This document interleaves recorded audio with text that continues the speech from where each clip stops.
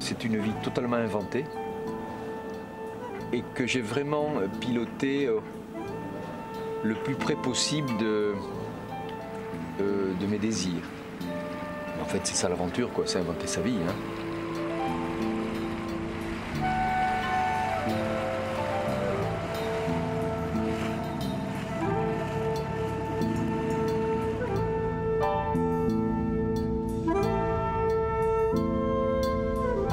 Jean-Loup Étienne avait 40 ans lorsqu'il est parvenu à atteindre le pôle Nord seul et à pied. Un exploit qui a fait sa renommée et qui a associé définitivement son nom aux univers blancs, immobiles et glacés. Depuis, régulièrement, on le retrouve au sud ou au nord, parcourant les régions extrêmes, cherchant à en expliquer l'importance, la fragilité et la beauté. Car sa passion des pôles passe aussi par l'envie de les faire mieux connaître, mieux aimer et mieux protéger. Je crois que le moteur principal, c'est le rêve, c'est ce contact avec la nature, c'est la recherche d'un contact intime, un contact puissant en même temps avec la nature. Mais on ne part plus à presque 50 ans, comme on partait à 25 ans, avec un désir d'atteindre un point culminant pour se foutre là-haut. Toutes ces conquêtes, je dirais, qui sont surtout des conquêtes personnelles, j'ai le sentiment de les avoir faites, c'est un chemin presque obligatoire. Et aujourd'hui, l'aventure m'anime toujours et on l'enrichit avec d'autres choses, avec d'autres personnes. Wow, wow, wow, wow, wow.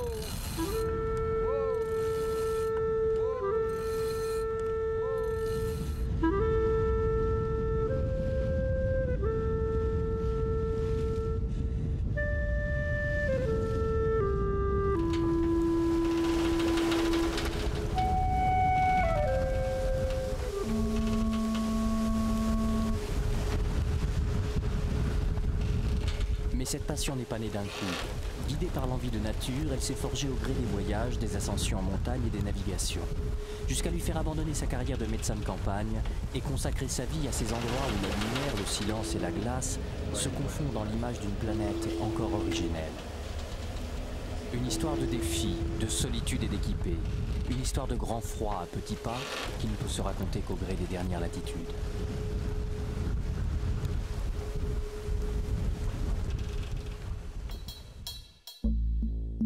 Jean-Loup Étienne est né en 1946 dans un petit village du Tarn.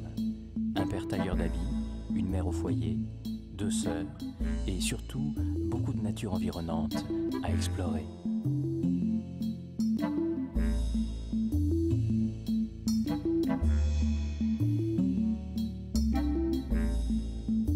Mais bien vite, il s'agit de se choisir un métier, selon les possibilités de l'endroit plus que les envies. Ainsi, adolescent, il se retrouve au lycée technique de Castres, filière ajustage. Il aurait préféré la menuiserie, mais la section était complète. S'il aime le travail manuel, Jean-Loup Étienne veut se sentir utile aux autres. Avocat peut-être, ou plutôt non, médecin, décidé, obstiné, il décroche une bourse, un emploi d'infirmier et se paie ses études à la faculté de Toulouse. Et là, très vite, il se passionne pour l'aspect mécanique du corps humain, ses rouages, ses ressources, ses limites. Si bien qu'une fois ses études terminées, il cherche à exercer son métier dans des conditions extrêmes, là où s'exprime l'effort humain, où il pourra l'étudier en situation autant que l'éprouver soi-même. Commence alors une vie vagabonde où, entre les remplacements de confrères médecins de campagne, il saute sur toutes les occasions de partir et de se confronter aux forces de la nature. Il embarque avec Alain Collat pour un record de l'Atlantique, puis navigue pendant 1 an tout autour du monde avec Éric Tabarly. Il accompagne en tant que médecin des expéditions à l'Himalaya et à l'Everest. Il monte lui-même plusieurs voyages d'exploration en Patagonie et au Groenland. Plus de 10 années durant lesquelles se forge son goût de l'aventure entre mer et montagne.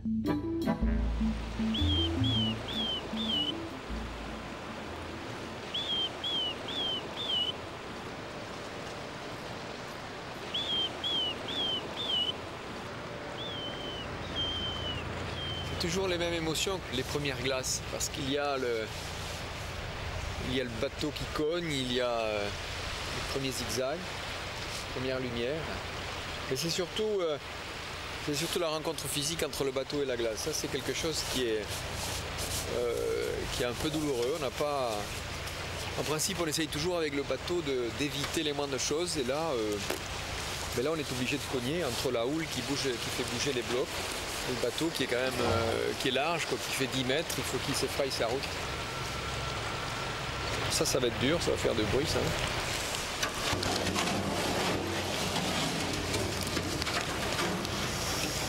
Voilà, ça se passe.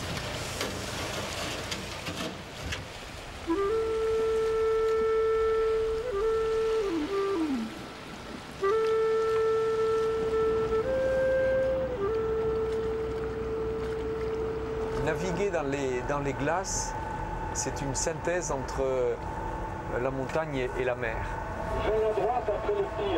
Je m'y retrouve tout à fait parce que ce sont deux univers que j'aime. Ok, 20 à droite après le petit. Et les régions polaires, pour moi, c'est la synthèse totale entre ces deux univers de la montagne et la mer.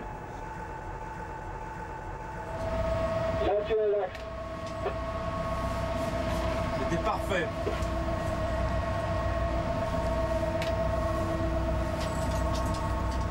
Et je me souviens assez bien le jour où tout d'un coup je dis mais le pôle Nord c'est exactement ce qu'il me faut.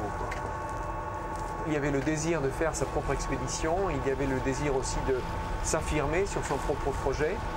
C'était vivre ma propre expérience. Ça ne va pas être facile d'aller à terre avec la glace, ça va, ouais. la chute de glace qu'il y a eu là. Ah, ouais.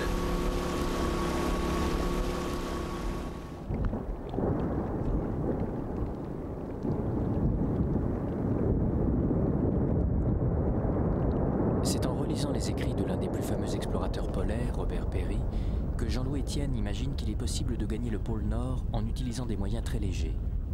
Le 6 mars 1986, un avion le dépose, lui et son traîneau, à quelques 800 km du but. En fait, il en parcourra près de 1200 à force de détours.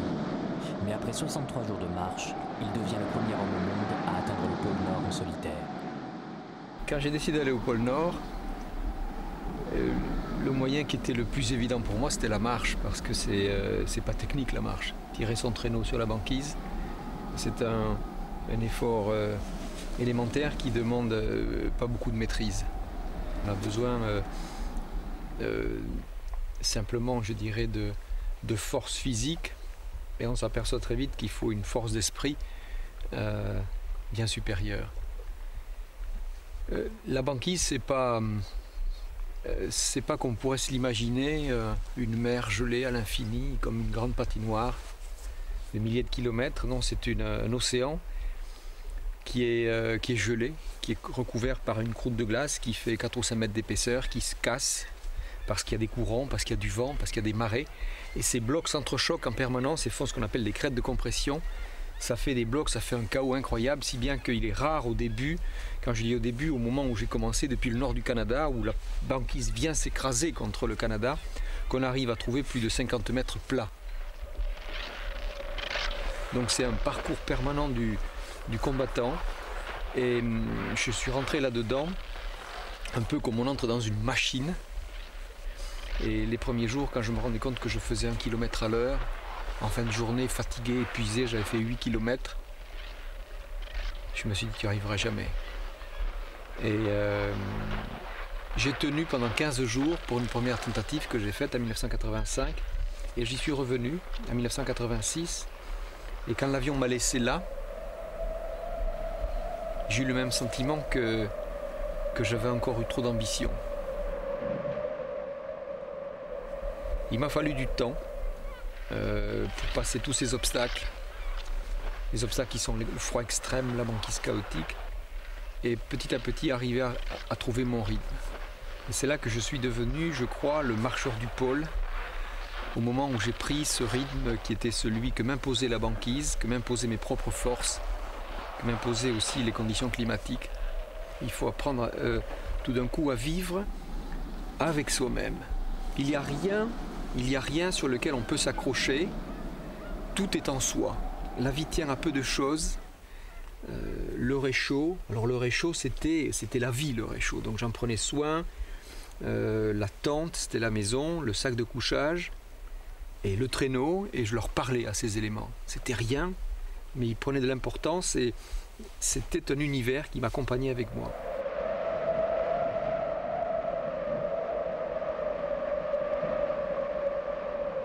J'ai eu envie d'abandonner tous les jours au début.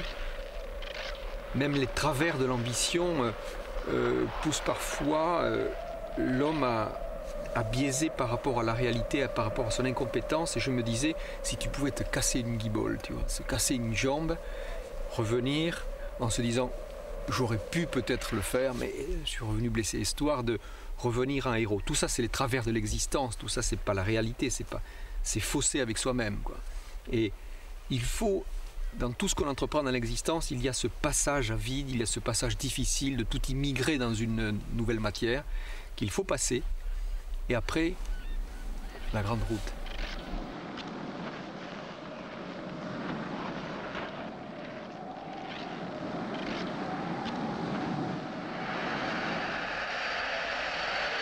J'y croyais plus. Là, tu l'as fait, hein?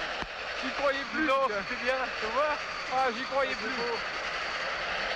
Je crois que l'expédition au pôle Nord m'a donné plus de confiance en moi, m'a donné aussi un rythme. Je me suis rendu compte qu'on était puissant dans la durée. Et les contraintes aujourd'hui nous imposent d'être, je dirais, brillants ou efficaces immédiatement. Certaines personnes vivent au quart d'heure, à l'heure. Et j'ai dégusté, je peux dire, aujourd'hui je déguste que ce qu'est la puissance qui s'installe dans la durée. Et ça donne une inertie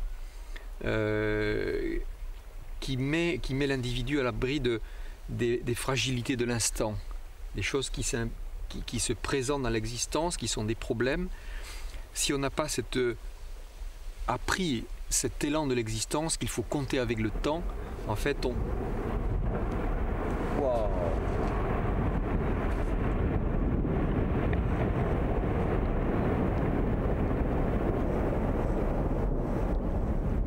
Ça aussi, ça ramène à de l'humilité un peu.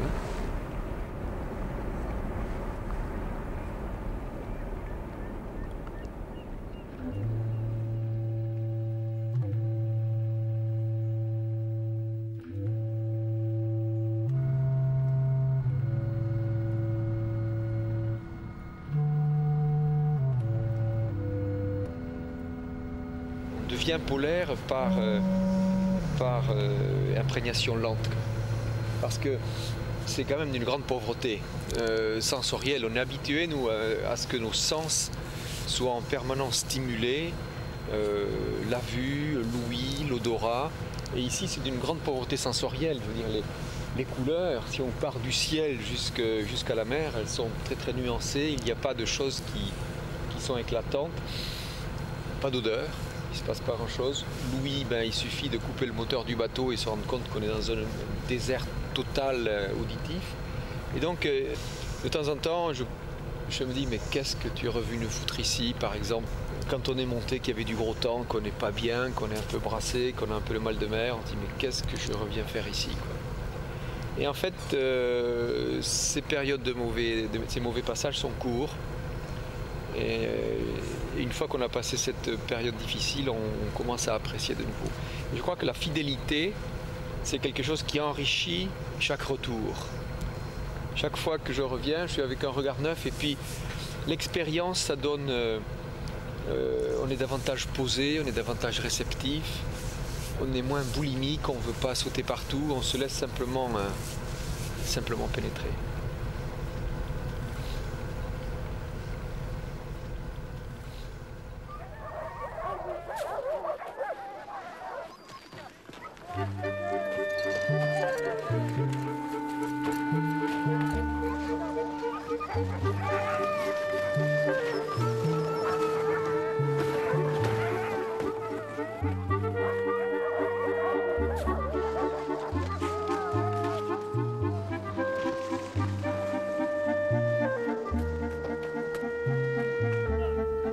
Juillet 1989, Jean-Louis Étienne se lance dans la plus grande traversée de l'Antarctique jamais réalisée. C'est Transantarctica, soit 6300 km de glace. Mais au-delà de l'exploit sportif, il s'agit pour Jean-Louis Étienne et ses compagnons d'attirer l'attention du monde sur le sort de ce continent. Bientôt, le traité qui consacre l'Antarctique, terre de science et de paix, arrive à expiration. Et à nouveau, on parle d'exploiter ses richesses minérales.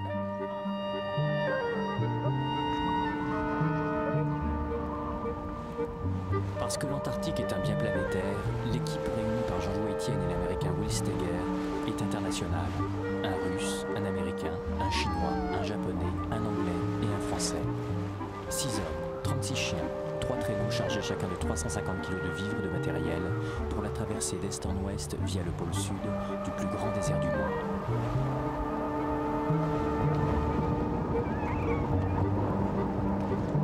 Now is here. Now is speaking.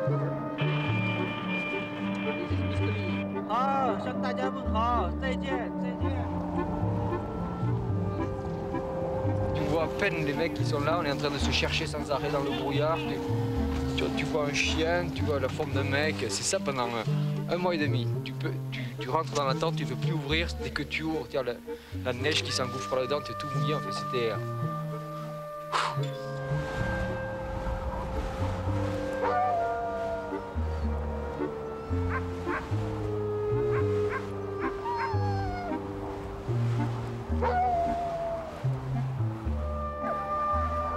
L'expédition a demandé 2 ans de préparation, une véritable stratégie d'entreprise et toute l'énergie de Jean-Louis Étienne, fort de sa notoriété, acquise lors de la marche vers le pôle Nord.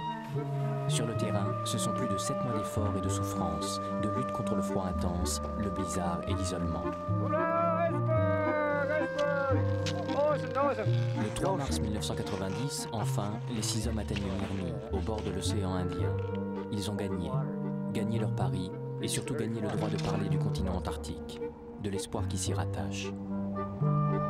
L'espoir, c'était « Messieurs les chefs d'État, on attend de vous un geste de générosité pour la planète ».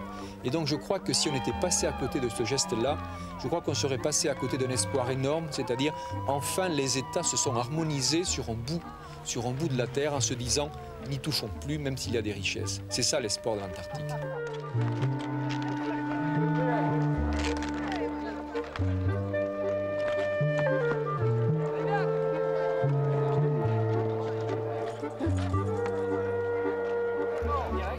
Oui, vous êtes en direct avec nous dans le journal de 13h. Le prévu est perdu.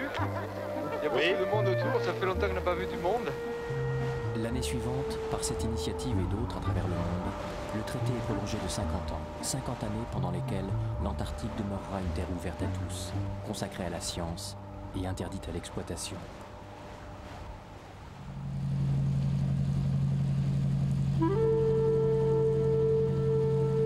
Après avoir pas mal voyagé au pôle Nord et au pôle Sud, j'ai décidé d'être un des messagers de ces régions.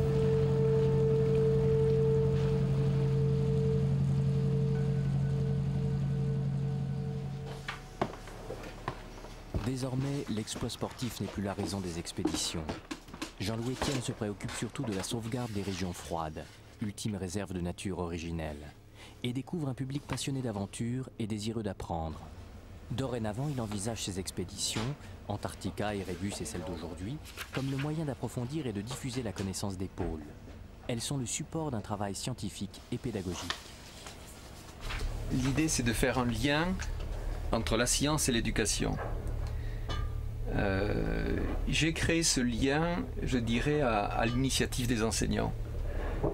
Chaque fois que je revenais d'expédition, j'étais invité à discuter dans les écoles, dans les collèges. Je me rendais compte que les expéditions servaient de support. C'était utilisé par les enseignants pour faire des sciences de la Terre, les sciences de la vie. Et je me suis dit, mais pourquoi pas monter des expéditions avec un contenu scientifique qui est géré par les scientifiques eux-mêmes. Et moi, je vais organiser ce lien en m'appuyant sur la mission scientifique et en faisant des sciences de la Terre et de la vie à partir d'une mission qui est dans l'actualité. On est là aujourd'hui, là, Brest. Nous allons là, en Antarctique. Quelle est la différence entre le pôle Nord et le pôle Sud? Le pôle Nord est au milieu d'un océan. qui s'appelle l'océan Arctique. Arctique, ça veut dire la terre de l'ours. Il y a des ours là-haut. Et Antarctique, ça veut dire la terre où il n'y a pas d'ours.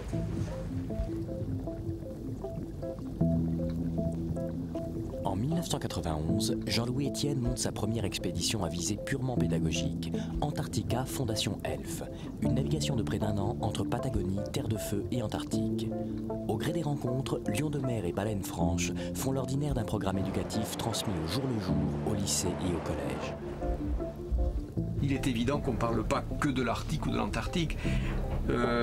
C'est un petit peu que les sciences de la Terre et de la vie, c'est une pelote. Et en fait, on a trouvé un bout de fil par lequel on la déroule.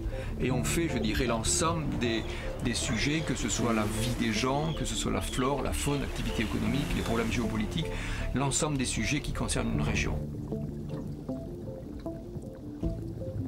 Pendant l'expédition, il faut être en contact permanent avec toutes les classes qui nous suivent. C'est-à-dire que tous les jours, on envoie de la voix, c'est-à-dire une petite minute de journal. On envoie les observations, le journal de bord, les mesures que l'on fait, la vie de l'expédition. Et puis à l'école, on parle du dégazage des volcans, par exemple, de l'activité volcanique, de la tectonique des plaques, en s'appuyant sur tout ce que l'on envoie comme information. On est parti de Hobart il y a exactement 10 jours. La première difficulté est derrière nous, c'est-à-dire les 40e, 50e, 60e, donc un océan difficile. Et nous sommes exactement ici à 66,33, c'est-à-dire exactement sur le cercle polaire. Et coïncidence et puis une grande chance, on a le premier iceberg magnifique qui nous dit que maintenant nous entrons dans les eaux antarctiques. Alors sûrement cette nuit...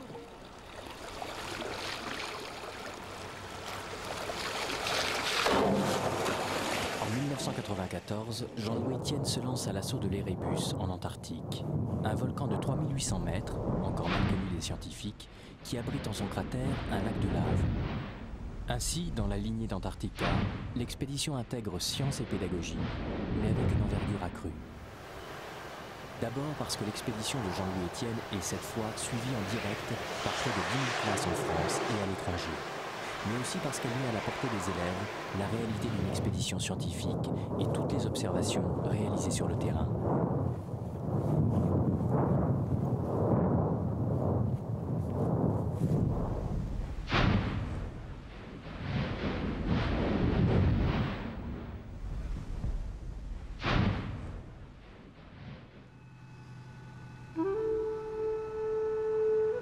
Quand je reviens, je fais en général des conférences, je vais dans les académies, et quand je vois le travail qui a été fait, ça me donne le courage et le désir de repartir.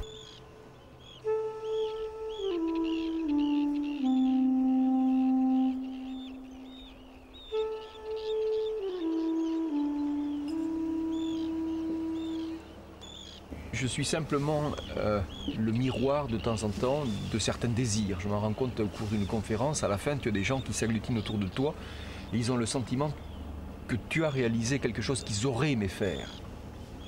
Et là je dis attention, tant qu'il y a de la vie, tout est possible. La vie vaut le coup, je dis, ça vaut le coup de passer toute son existence à chercher, à choisir, en quête de quelque chose dont tu as envie.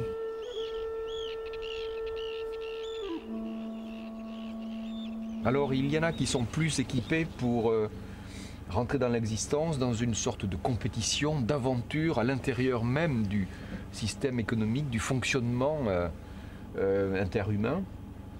Et puis d'autres, dont je fais partie, qui sont peut-être allés chercher une expression dans des lieux beaucoup plus dilatés. J'ai besoin de cette dilatation, j'ai besoin de ce rythme. J'ai besoin de trouver mon espace.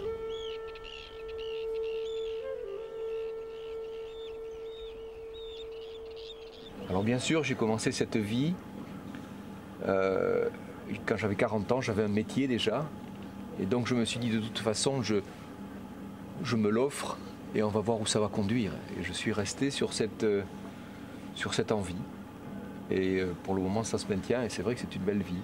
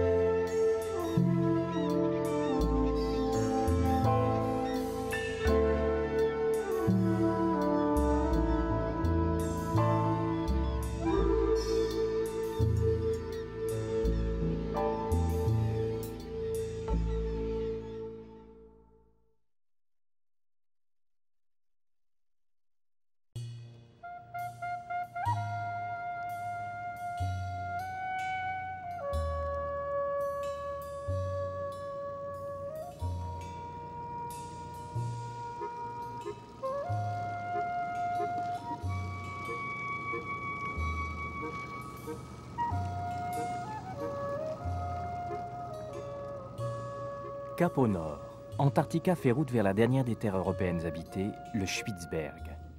La plus grosse île de l'archipel du Svalbard, perdue en mer de Barents, entre 74 et 81 degrés de latitude nord, à mi-chemin entre la Norvège et le pôle. Ici, à partir d'octobre, la nuit s'installe pour 4 mois. La banquise envahit les fjords et les températures chutent jusqu'à moins 45 degrés.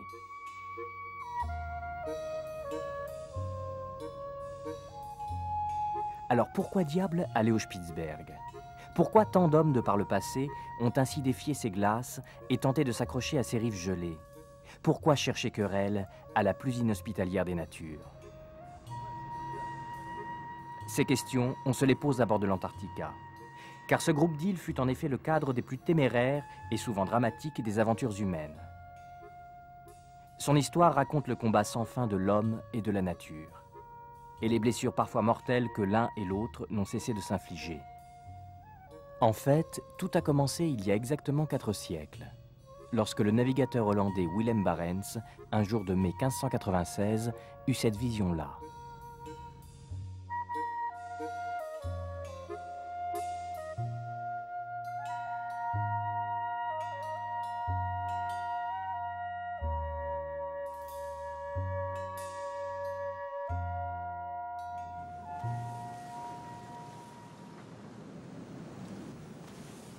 En s'aventurant dans l'océan Arctique, Willem Barents, comme beaucoup de ses contemporains, rêve d'une voie maritime permettant, par le nord, d'atteindre la Chine. Une sorte de nouvelle route des Indes, plus courte et surtout opposée à celle des mers du Sud, alors monopolisée par les Espagnols et les Portugais. 2 fois de suite, Barents tente de forcer les glaces du nord-est, longeant les côtes de la Sibérie, dépassant la Nouvelle-Zamble, atteignant la mer de Kara, et se heurtant à d'infranchissables barrières gelées.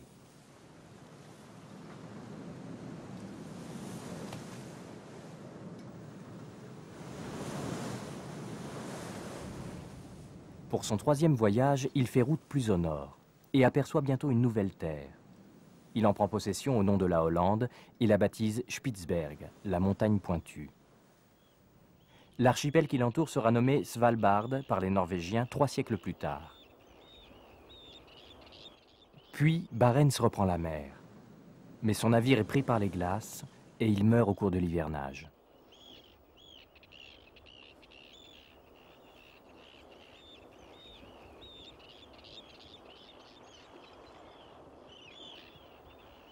En Europe, la nouvelle de la découverte du Spitzberg n'émeut pas grand monde. Mais 10 ans plus tard, en 1606, Henry Hudson, autre navigateur, ramène de son expédition dans l'Arctique une description alléchante de la région. Les fjords du Spitzberg regorgent de baleines.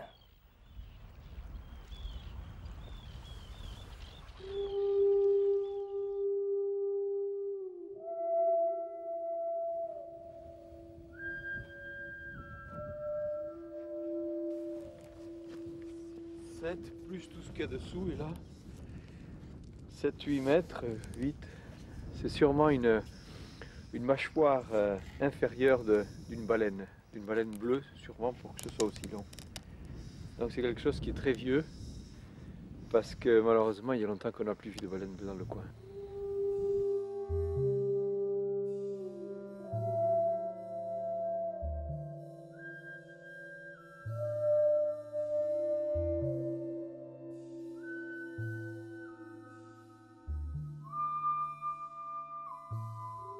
La nouvelle se répand rapidement en Europe et les grands pays maritimes organisent dans la précipitation de véritables expéditions de chasse afin de profiter au mieux de cette richesse sans maître.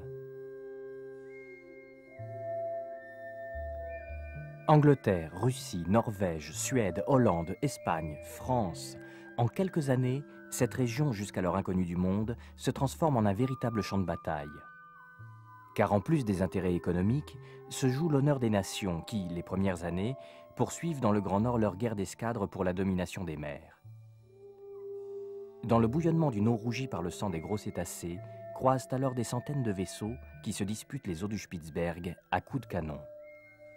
Bien entendu, la principale victime de cette armada est la baleine elle-même, consciencieusement massacrée pendant près d'un siècle à raison de plusieurs centaines par année. Une baleine que l'on harponne depuis des chaloupes et à laquelle on s'accroche parfois des jours entiers au risque de couler lors d'un plongeon trop profond. Une baleine que l'on achève à coups de lance lorsque la fatigue a raison d'elle.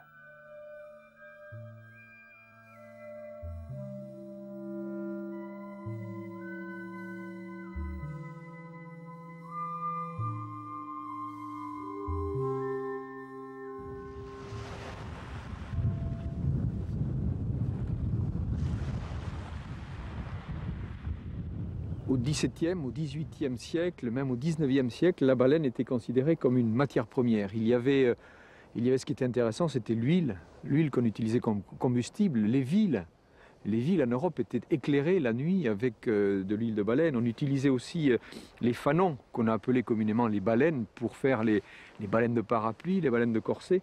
Donc c'était une véritable matière première qui était très recherchée par les pays industrialisés européens. Et on peut dire que c'est vraiment la baleine qui a amené les premiers hommes ici vers le Spitzberg.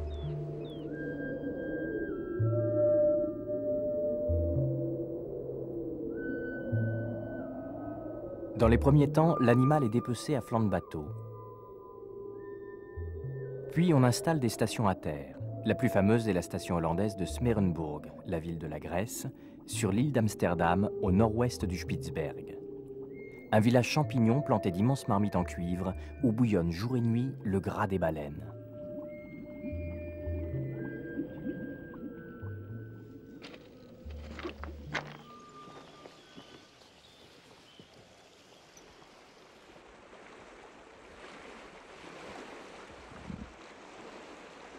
Là, je suis en fait au milieu du four, enfin sur le four. On devine que c'est une sphère. Et c'est dans cette sphère qui faisait fondre la graisse de baleine. Parce que c'était des gros morceaux de lard qu'il découpait, qu'il mettait ici, il le faisait fondre. Il le faisait couler dans des barriques qui étaient amenés ensuite en Europe. Alors là, le combustible qu'ils utilisaient, c'est essentiellement ce qu'on trouve partout au Spitzberg, c'est ces bois flottés qui sont amenés par la dérive et par les courants. Mais de ce que l'homme avait bâti pour chasser la baleine, il ne reste guère plus.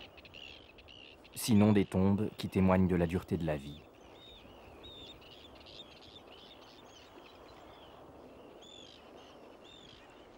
Ces pierres-là, c'est en fait un cimetière qui doit dater du XVIIe siècle.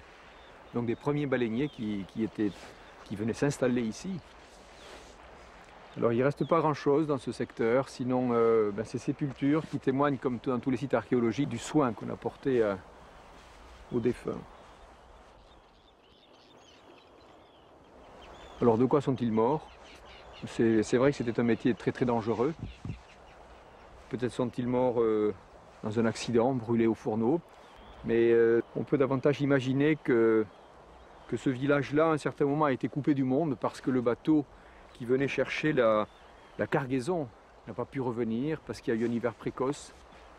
Et tout ce village-là, ceux qui n'ont pas survécu sont morts du scorbut, du froid et de la malnutrition aussi sûrement.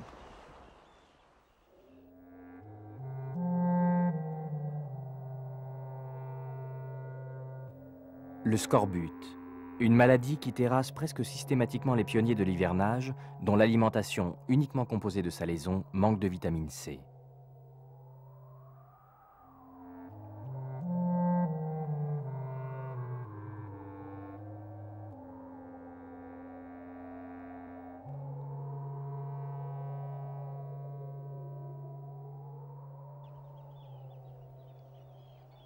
Sans aucun souci de pérennité, la baleine arctique est chassée jusqu'à épuisement des stocks. Au début du XVIIIe siècle, l'animal est devenu rare dans la région. Les baleiniers se tournent alors vers le Groenland.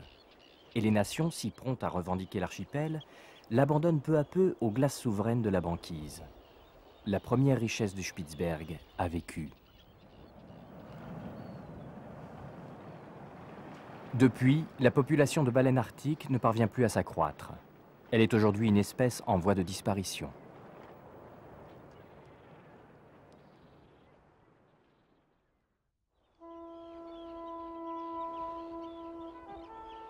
Le Svalbard retrouve sa paix et son silence vieux comme le monde. une quiétude à peine troublée par quelques trappeurs forcenés, isolés ou en petits groupes, qui continuent de fréquenter ces rivages déserts. Ce sont des Pomors, des hommes originaires de Russie centrale et rompus à la vie dans les régions polaires. Ils viennent au Spitzberg en bateau, construisent des huttes étanches au vent, se protègent du scorbut en buvant le sang des animaux qu'ils chassent, alternent les gibiers afin de ne pas épuiser les réserves naturelles et en revendent les peaux aux compagnies marchandes de Russie. On ne sait depuis combien de temps ils fréquentent la région. En revanche, il ne fait aucun doute qu'ils sont les premiers à réussir des hivernages au Svalbard. Et c'est cela, leur capacité à demeurer sur l'île en toute saison, qui va peu à peu permettre de transformer la région en un lieu de vie permanent.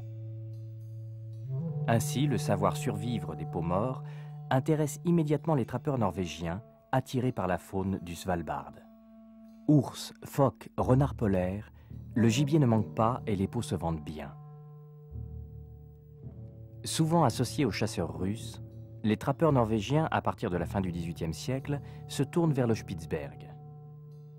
Ils sont en fait quelques dizaines de téméraires qui s'embarquent depuis les villes du nord de la Norvège, bâtissent des huttes avec ce bois flotté que les courants jettent sur la plage, tiennent tête à l'hiver, s'enhardissent et explorent l'île plus avant.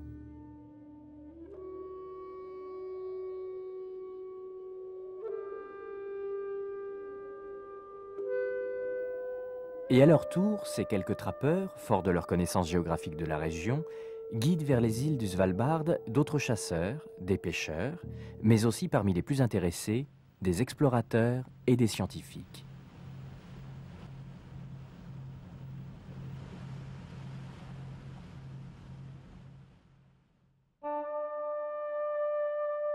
Dorénavant, sur la route des grandes explorations arctiques, le Spitzberg va constituer une étape privilégiée, un camp d'entraînement ou une base de départ.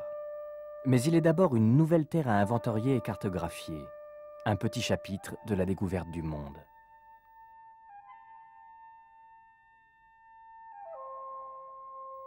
Dans le vent d'un 19e siècle avide de connaissances, on vient de Norvège, de Suède, de Russie, de France aussi, pour consigner les reliefs, la faune, la flore et le climat de l'archipel. Des missions scientifiques pluridisciplinaires qui concernent souvent de vastes régions de l'Arctique, mais ne manquent jamais de séjourner au Spitzberg.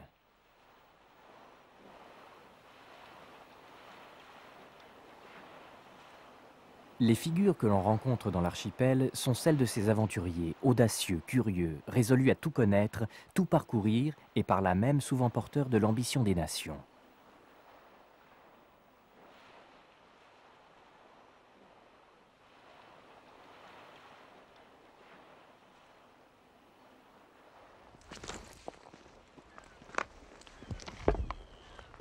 Ça, c'est un haut lieu de l'exploration polaire, puisque c'est la cabane de Nordenskjöld, qui est un explorateur suédois.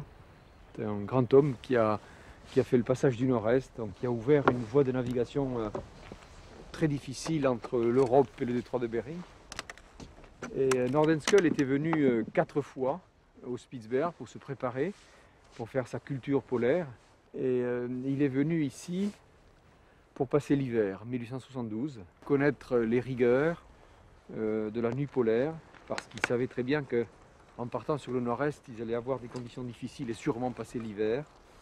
Donc s'imprégner de ce climat et en même temps faire de l'observation scientifique. Nordenskjöld était un scientifique, un homme qui a fait de la cartographie, qui a rapporté beaucoup d'observations sur l'Arctique.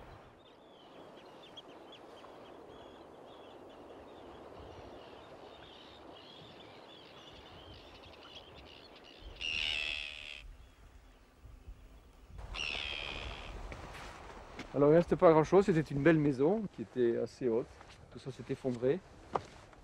Il y a quelque chose qui reste encore, qui tient bien, là c'est la cuisinière. Et c'est toujours émouvant d'imaginer toute la vie qu'il y a dû avoir autour de ce fourneau qui est l'âme de l'hiver polaire.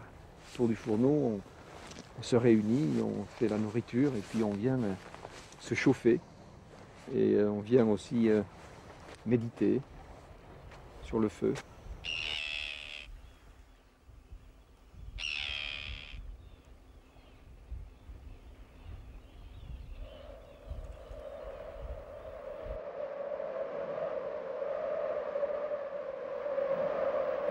Ainsi, le Spitzberg rentre dans l'histoire de la conquête du pôle.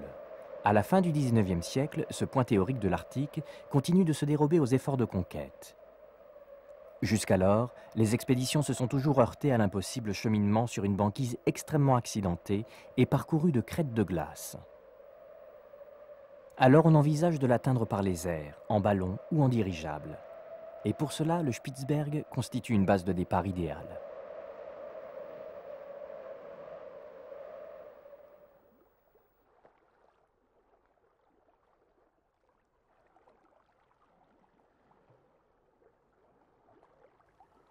Ce pôle Nord, à la fin du siècle dernier, personne ne l'avait atteint. On s'interrogeait, on se demandait même qu'est-ce qu'il y avait au pôle Nord. Est-ce qu'il y avait une mer libre? Est-ce qu'il y avait une terre? Et les tentatives se faisaient de partout. Et un des premiers qui est venu ici pour le tenter en ballon, c'était André, qui s'est installé un petit peu plus loin.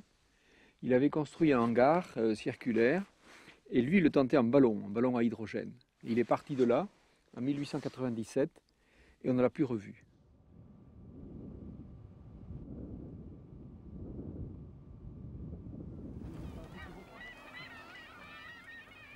Christian, tu es à la limite, alors reviens un peu à l'intérieur. Voilà. Ah, mais là, c'est déjà mieux. Mettez-vous assis. Voilà, toi, tu vas jouer André. Non, il est dans le ballon, André.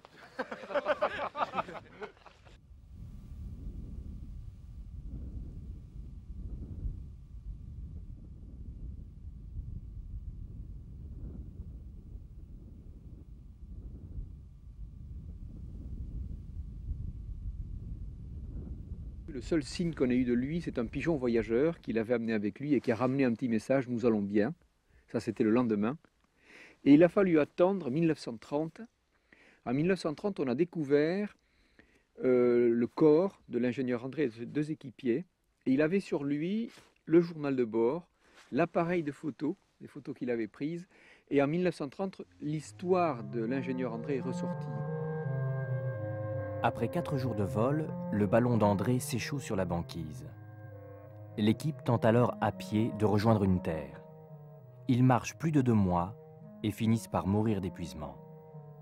Les photos, retrouvées 30 ans plus tard, révèlent toute l'agonie des membres de l'expédition.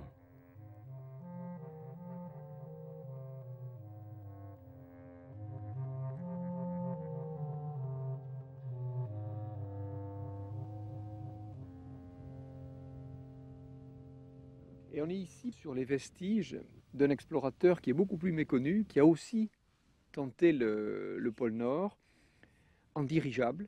Donc c'était la première fois qu'on amenait ici un engin, un aérostier à moteur. Et c'est l'histoire de Wellman. Wellman est complètement méconnu, il est quand même venu dans l'Arctique 5 fois. Il est venu ici en 1906 pour construire ce hangar. 1906, le pôle Nord n'était pas encore atteint, donc il était dans la course au pôle. Il est venu ensuite en 1907 pour tenter sa première expédition vers le pôle Nord. Il n'est pas allé très loin. Et il est revenu en 1909. Et là non plus, il n'a pas réussi.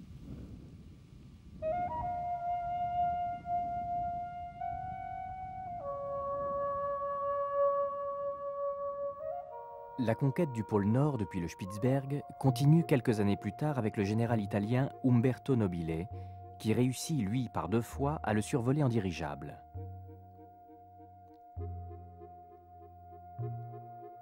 Le 11 mai 1926, il décolle du Spitzberg à bord du Norge, en compagnie du Norvégien Amundsen et de l'Américain Ellsworth. Il atteint son but en moins de 17 heures. Ce vol, comme le suivant, est l'occasion de nombreux relevés topographiques. Mais lors de la 2e expédition, le givre le contraint à s'échouer sur la banquise.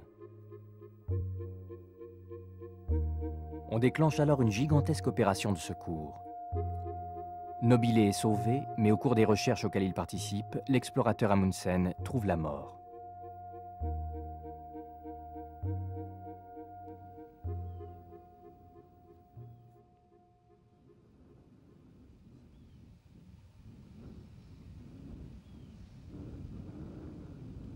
Dans la conquête des points remarquables, on peut en citer 3 sur la planète. Il y a le pôle Nord, le pôle Sud et le tour du monde, l'Everest. Et on peut dire que ces 3 points géographiques ont drainé beaucoup d'ambitions individuelles et des ambitions nationales. Planter le pavillon de son pays sur des points aussi, je dirais, aussi forts, aussi symboliques que le pôle Nord, c'est mettre en avant la fierté d'un État, la puissance d'un État, son aptitude à mener des expéditions difficiles. C'était peut-être aussi conquérir un bout de terre, on ne savait pas ce qu'il y avait au pôle Nord, mais c'est vraiment une conquête d'occidentaux, quoi. Il y avait des gens tout à fait aptes à atteindre le pôle Nord, c'était les Inuits, les Esquimaux. Mais ça ne les intéressait pas, ils n'avaient aucune ambition à mettre là-dedans. Les hommes qui ont tenté ça, c'était des Américains ou des Européens, donc les nantis qui partaient à la recherche d'une expression suprême.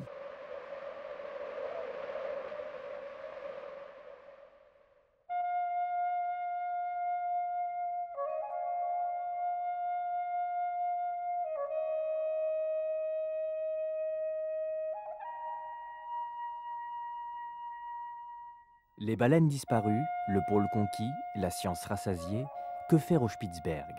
Quelle nouvelle raison peut inciter les hommes à coloniser une terre aride, hostile, prise dans les glaces 6 mois par an?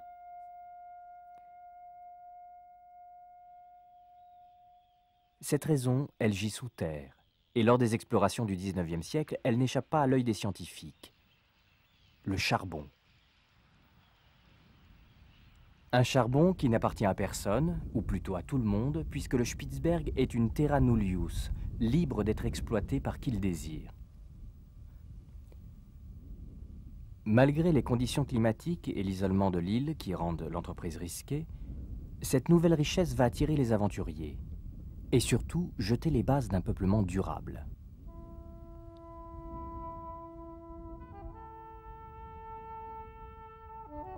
En 1899, le capitaine norvégien Søren Zachariasen est le premier à relever le pari. Il entreprend l'exploitation d'un petit gisement et parvient facilement à vendre son charbon en Norvège. 2 ans plus tard, il fonde 2 compagnies minières.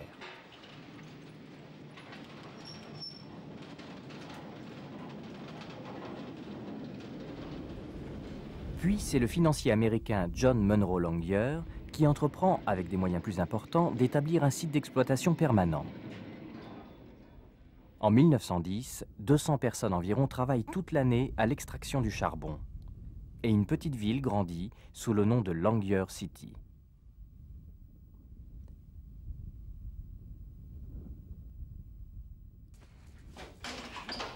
Rapidement, d'autres compagnies aux capitaux norvégiens, russes, hollandais, anglais ou américains s'installent au Spitzberg. Les sites d'exploitation se multiplient, se chevauchent même parfois, créant des conflits entre les ouvriers des différents pays.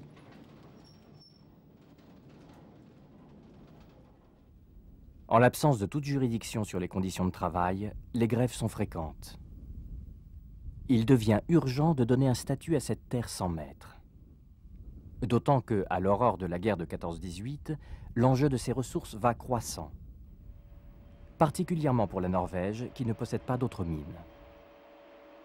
Mais les protagonistes ne parviennent pas à trouver un accord.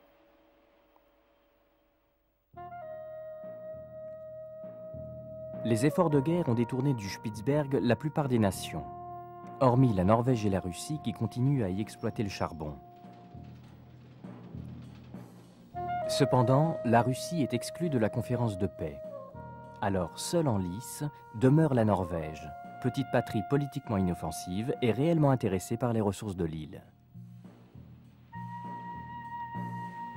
En 1920, elle se voit accorder la souveraineté du Svalbard et chargée de faire respecter le traité qui dorénavant réglemente l'occupation de ce territoire.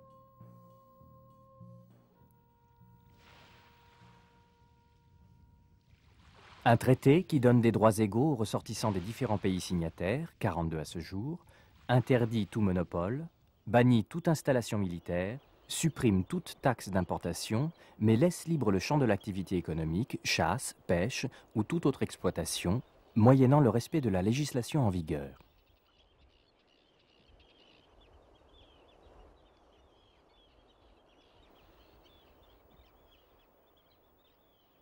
Après la ruée des chasseurs de baleines, la conquête solitaire des trappeurs, les rêves des explorateurs et les premiers coups de pioche des mineurs, le Spitzberg a gagné son statut de terre démilitarisée ouverte à tous. Et depuis, sous la souveraineté de la Norvège, il connaît le développement prudent et confiné des régions extrêmes.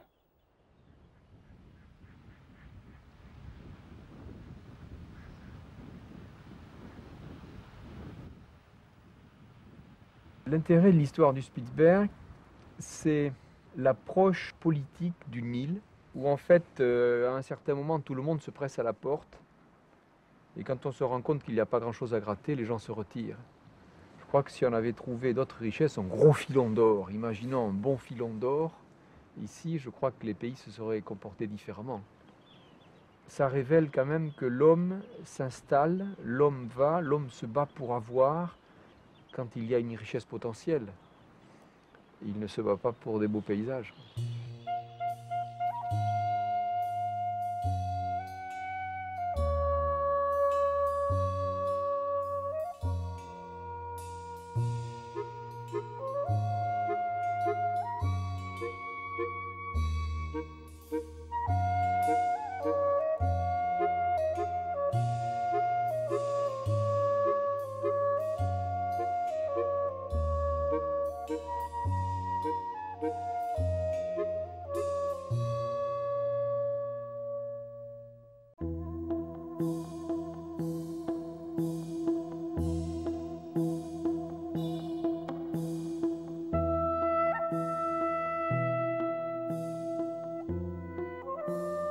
Très loin de tout, à 1000 km au nord de la Norvège, il y a le Spitzberg, où à première vue, rien n'a changé depuis des siècles.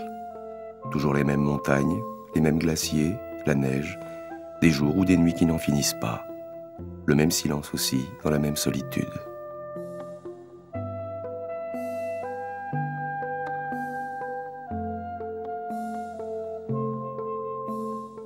Et puis soudain, en approchant de la côte ouest, on voit briller des lumières.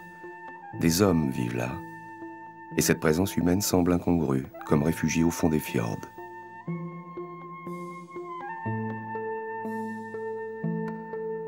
Enfin, on arrive, et on réalise qu'aujourd'hui le Spitzberg a sa population, ses générations même, et que cette vie est la plus nord du monde, et qu'elle a été modelée à la lumière des étés, à la rigueur des hivers.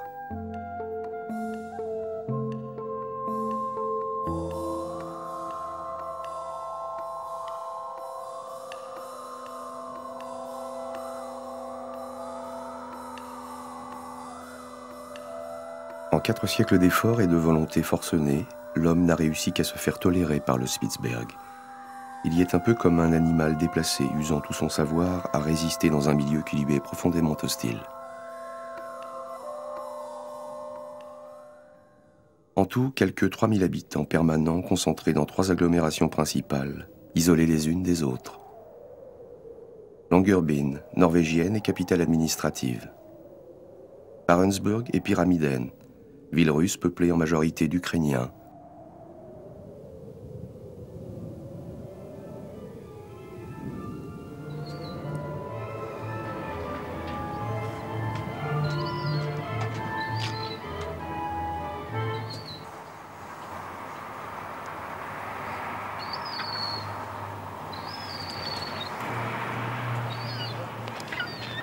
Norvégiens, Russes, 2 communautés aux cultures et aux destins différents, mais qui cohabitent sur la même terre, affrontent le même blizzard et plongent en hiver 4 mois par an dans la même nuit polaire.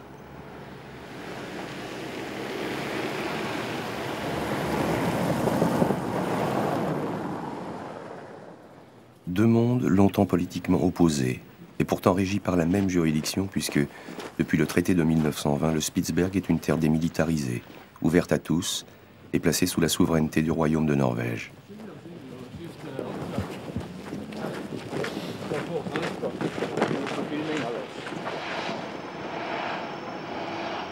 Deux populations enfin au passé distinct, mais qui se sont implantées sur l'île au nom d'une même raison, le charbon. Une richesse naturelle dont l'exploitation a commencé au début du siècle et qui demeure aujourd'hui la principale ressource de l'île.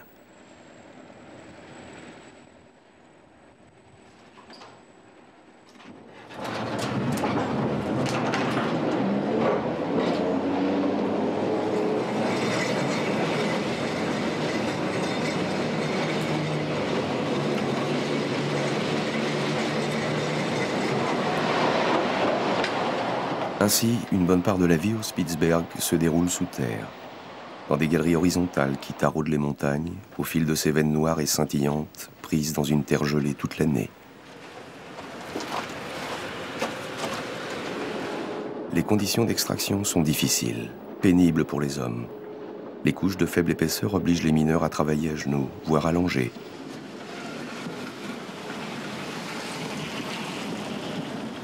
Quant au charbon lui-même, il est de qualité médiocre et très peu rentable.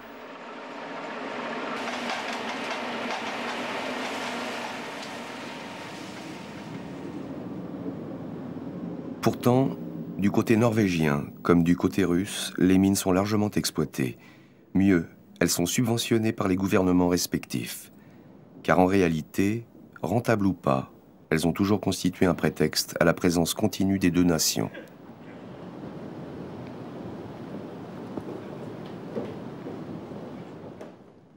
L'URSS, à l'époque, stratégiquement intéressée par une terre située à l'embouchure de l'océan Arctique entre le Groenland et la Sibérie. La Norvège, géographiquement concernée par la proximité de l'île et historiquement impliquée dans sa conquête.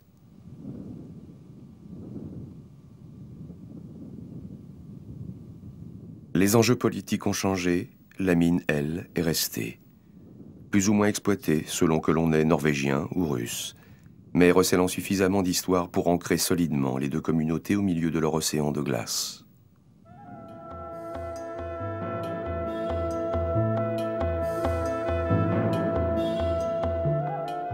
À Longyearbyen, 7 mines ont été ouvertes au fil du temps. Aujourd'hui, seules 2 restent en activité, et elles n'emploient plus que le quart de la population de la ville. On en extrait environ 300 000 tonnes de charbon par an, évacuées en bateau de juin à novembre. Le reste de l'année, lorsque la banquise interdit tout transport maritime, le minerai est stocké en plein air, près des quais de chargement.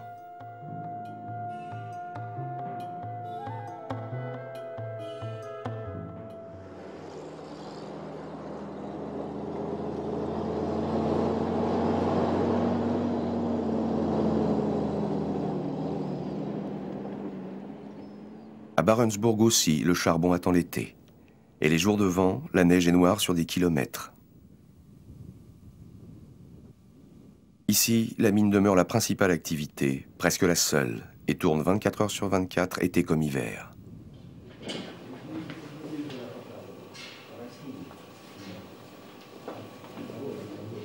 Au total, entre le site de Pyramiden et celui de Barentsburg, ce sont près d'un demi-million de tonnes de charbon qui filent chaque année par bateau vers les ports de Mourmansk et Arkhangelsk au nord de la Russie.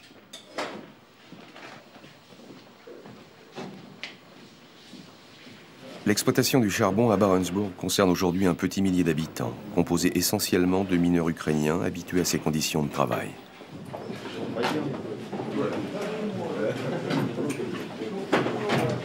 En fait, ces hommes sont surtout venus au Spitzberg pour échapper aux désastreuses conditions de vie en Ukraine, dont l'économie s'est effondrée depuis l'éclatement de l'Union soviétique. Ici, même si l'isolement est total, même si le climat est rude, au moins on travaille et on mange à sa faim. Comme un répit dans la misère, qui malheureusement n'a qu'un temps car les contrats de travail sont limités à 2 ou 3 ans et rarement renouvelés, compte tenu de la demande.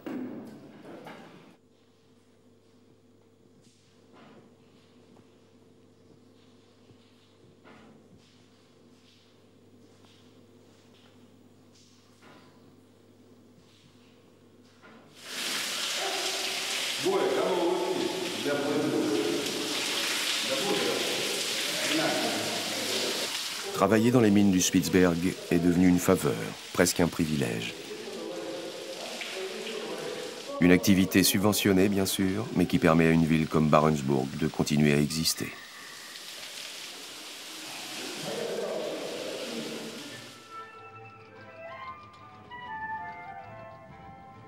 Drôle de ville, d'ailleurs, un peu oubliée par la Russie d'aujourd'hui, organisée encore à la façon de la Russie d'hier. Tout ce qui est nécessaire aux habitants est fourni par la collectivité. Vêtements, matériel, nourriture, logement. Ainsi, pas de restaurant, pas de cuisine à domicile. On mange midi et soir à la cantine.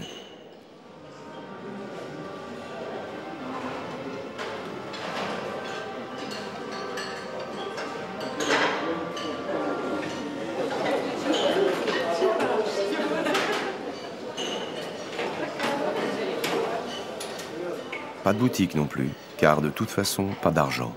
Les salaires sont directement versés sur des comptes en Russie.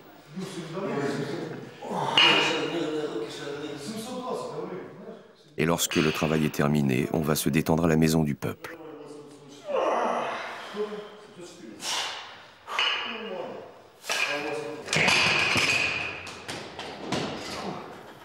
Пламя, а пламя в стороне. Тут горит, а пламя в стороне.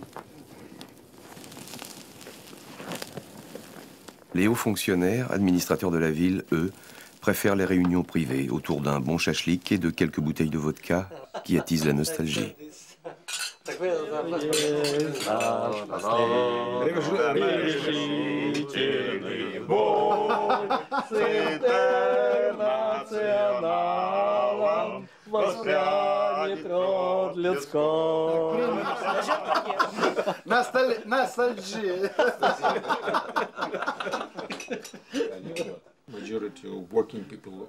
Avant, la majorité des ouvriers des deux mines, Barentsburg et Pyramiden, vivaient ici avec leur famille.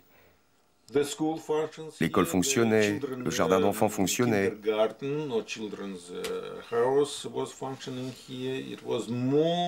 C'était plus riche, plus social. Malheureusement, avec le début des difficultés économiques et après l'éclatement de l'Union soviétique, les gens se sont appauvris et la vie est devenue plus difficile.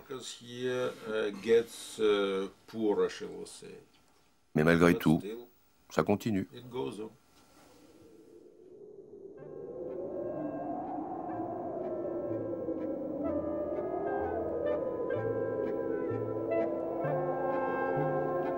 Comment aujourd'hui se résoudre à lâcher du terrain?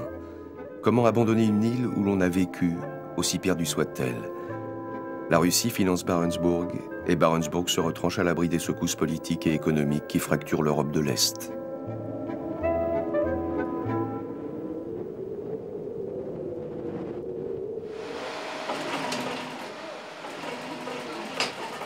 Un petit monde au bout du grand qui tente d'accroître son indépendance financière en fabriquant des anoraks pour les sociétés scandinaves.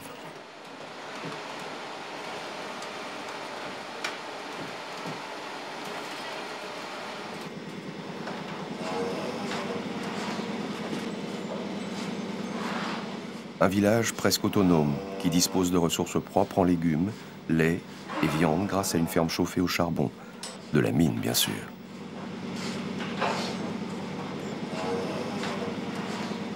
Une société confinée et laborieuse qui, dans le cadre de la souveraineté norvégienne sur le Spitsberg, exploite simplement son droit d'être là. Mais qui n'a aucun pouvoir de justice. En cas d'infraction, de délit ou de crime, ce sont les autorités norvégiennes qui enquêteront et jugeront. Pour l'instant, le cas ne s'est encore jamais produit.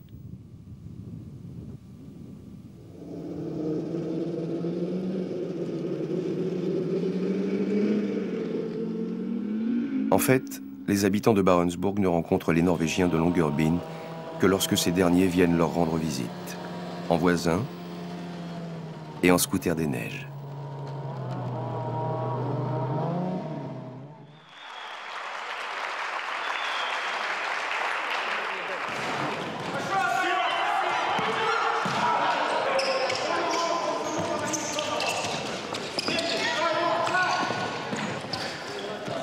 Ce jour-là, il s'agissait d'une rencontre de football.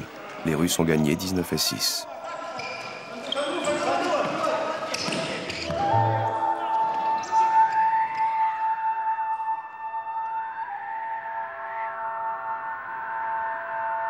Quand Barentsburg, la Russe, s'enferme dans sa résistance obstinée au temps, à quelques 50 km de là, Longyearbyen, la Norvégienne, relève en conquérante les défis du Spitsberg.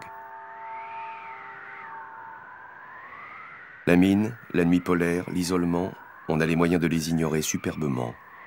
On se promène, on discute, on travaille sans penser à chaque instant que la ville est plantée au pied d'une montagne où rôdent les ours et que, autour, sur des centaines de kilomètres carrés, il n'y a rien sinon la mer et la glace.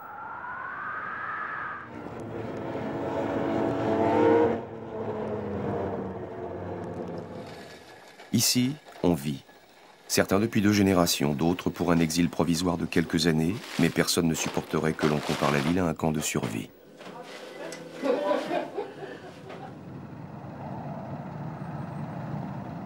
D'ailleurs, depuis l'ouverture de l'aéroport en 1975, l'isolement hivernal de l'île, coupé du reste du monde pendant 5 mois, est un lointain souvenir. Aujourd'hui, on parle de normalisation, on encourage la sédentarisation, l'initiative privée et l'ouverture au tourisme.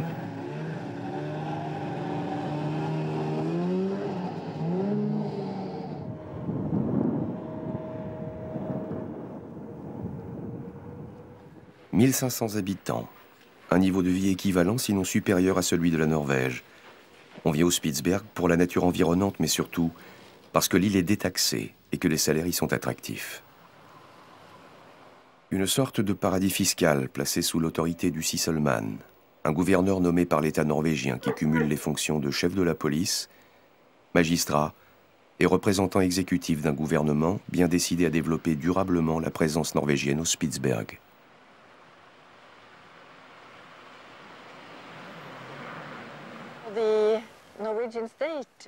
L'État norvégien maintient ici de nombreuses infrastructures qui emploient une part de la population. Les télécommunications, l'hôpital, l'école, le bureau du gouverneur. Ainsi, beaucoup des habitants sont des fonctionnaires qui travaillent en fait pour le gouvernement et de ce fait garantissent la souveraineté de la Norvège.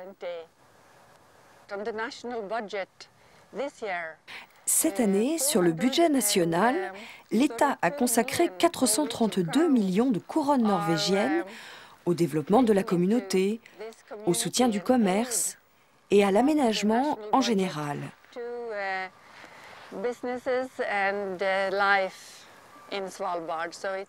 Nous sommes très subventionnés. Ainsi, Longyearbyen a été modernisé et ressemble maintenant, en bien des aspects, à une petite ville ordinaire de Norvège.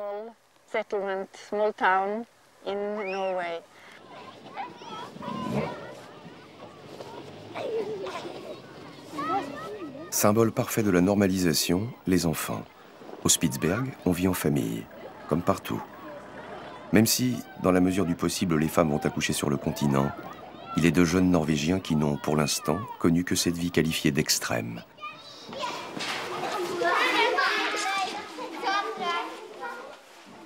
À vrai dire, diversement appréciée selon les individus.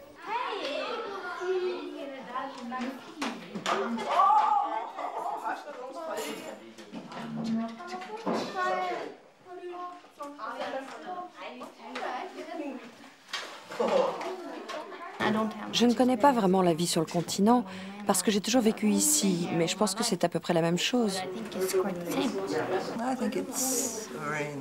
Je pense que c'est une communauté agréable, mais très petite, où l'on se connaît tous les uns les autres.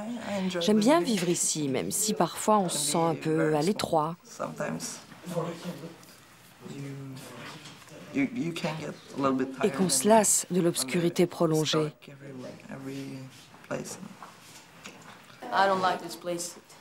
Je n'aime pas cet endroit. C'est ennuyeux. C'est froid, c'est sombre. Je n'aime pas ça du tout.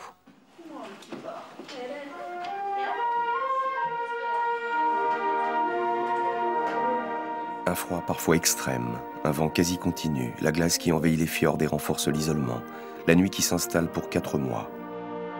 On ne peut cependant normaliser l'hiver. La ville se replie alors sur elle-même et attend, résignée, habituée à ce cycle manichéen des Lumières.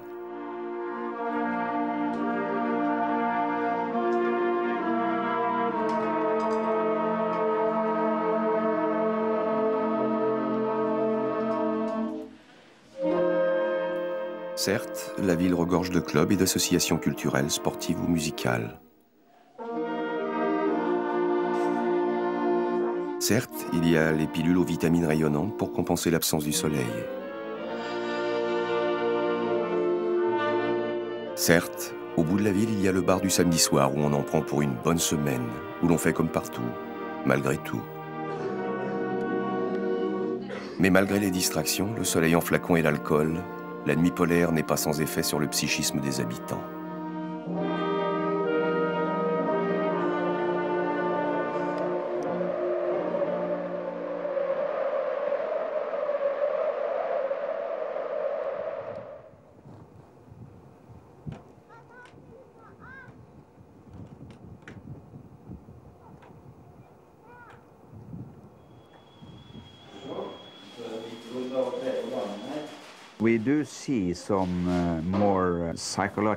On constate davantage de problèmes psychologiques pendant l'hiver.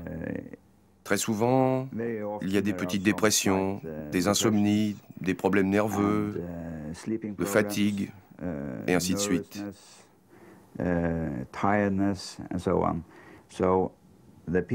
Alors les gens qui ne peuvent supporter la nuit polaire, l'absence prolongée de soleil, ils ne vivent pas ici. C'est une sélection.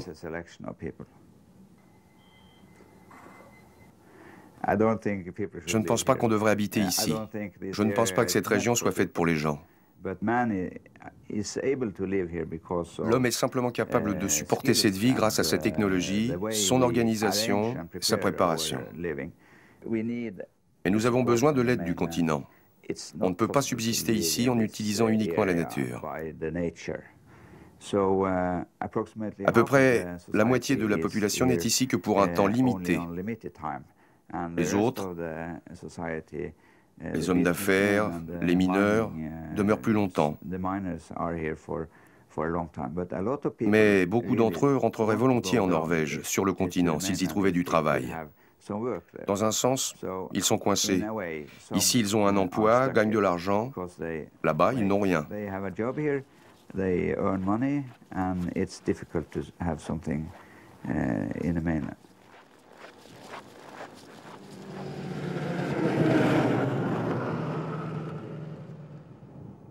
Habiter Longyearbyen à l'année n'est donc pas forcément donné à tout le monde. Ainsi, personne ne demeure dans la petite société norvégienne au-delà d'un certain âge ou en cas de maladie grave. Une constitution un tant soit peu artificielle, voire dérangeante, qui lui confère cependant le dynamisme des jeunes pays.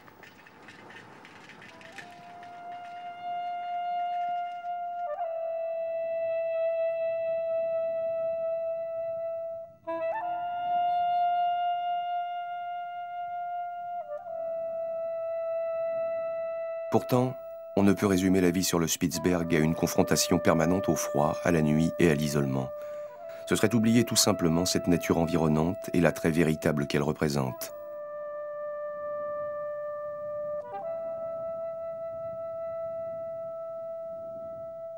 Quand revient le soleil, ces montagnes qui pointaient menaçantes deviennent le grand terrain d'aventure des habitants.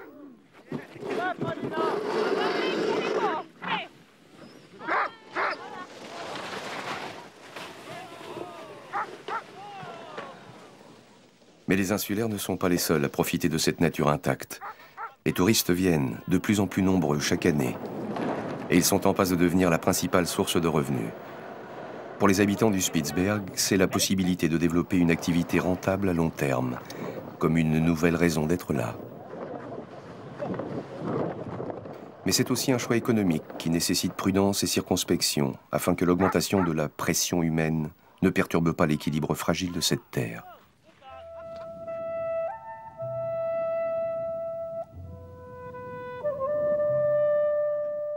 La région du Svalbard est en effet l'un des derniers endroits sauvages facilement accessibles en Arctique. Sa richesse géologique, son écosystème particulier dû au passage des eaux chaudes du Gulf Stream, sa situation boréale en font aussi un lieu privilégié de recherche scientifique.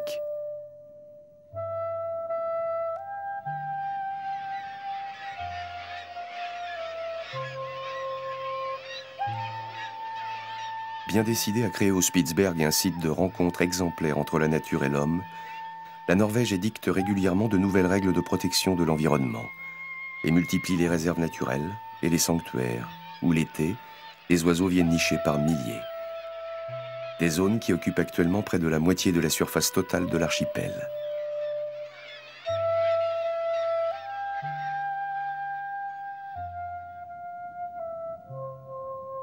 Seul véritable inconnu qui échappe pour l'instant aux lois, les pollutions liées aux exploitations industrielles et au rejet de biocides des pays voisins dont on retrouve les traces, jusque dans l'organisme des ours blancs.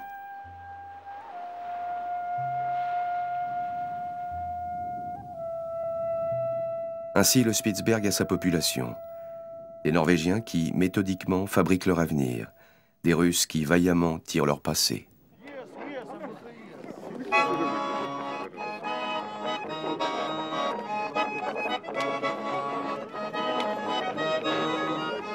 Des hommes qui, pour ne pas abandonner leur île au vent ou à d'autres hommes, s'acharnent à trouver de bonnes raisons de vivre au milieu de l'Arctique.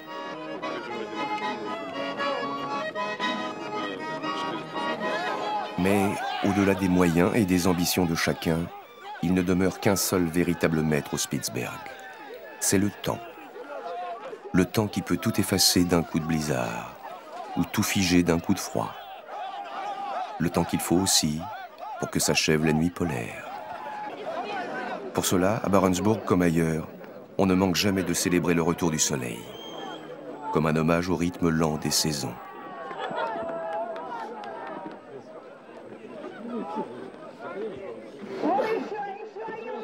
La fête se déroule le jour où, d'après les calculs, le premier rayon doit poindre enfin par-dessus les montagnes.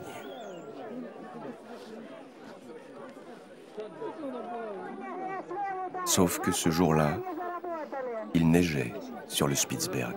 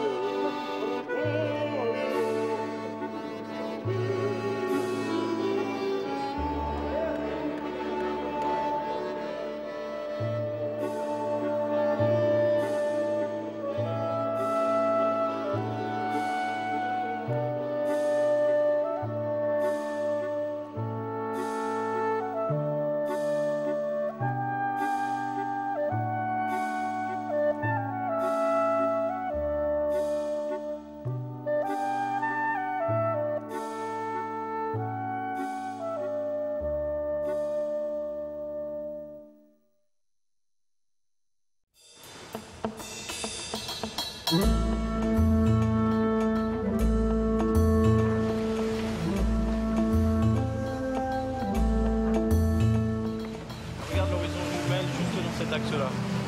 Là, tu vois la côte. Tu vas avoir des pentes noires et des grands morceaux de glace assez près de l'horizon.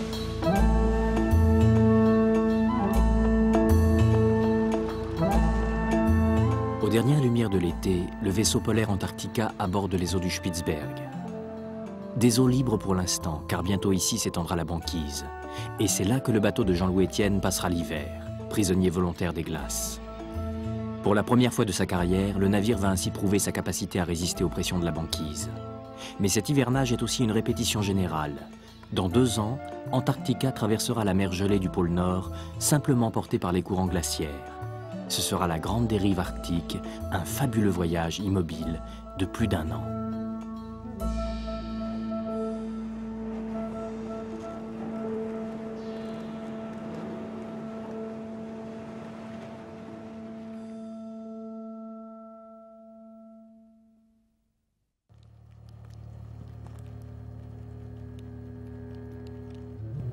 La nuit d'hiver est tombée, la banquise s'est formée, et Antarctica ne navigue plus, il repose dorénavant sur la glace.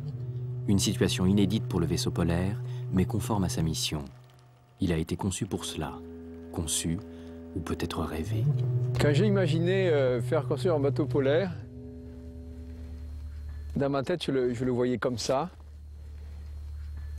pris par les glaces avec une carapace autour de lui. J'avais été très inspiré par les images des bateaux de Nansen, de Charcot, de Shackleton. Ces bateaux recouverts par la glace, immobilisés, comme figés dans le temps, et en même temps qui respiraient, je dirais, une intimité et une grande puissance.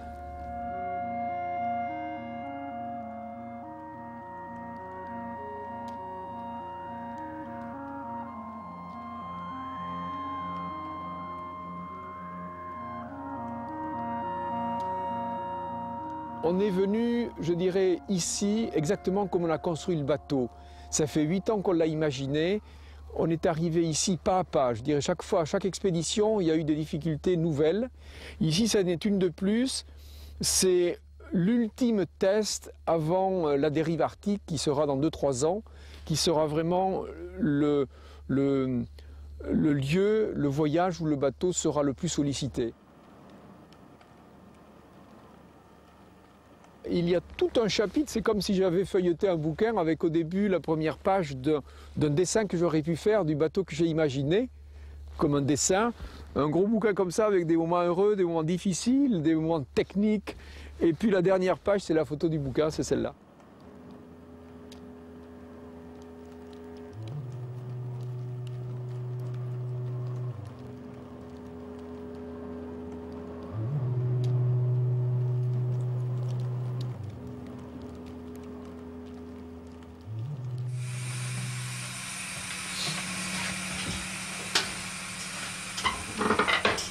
La souplesse.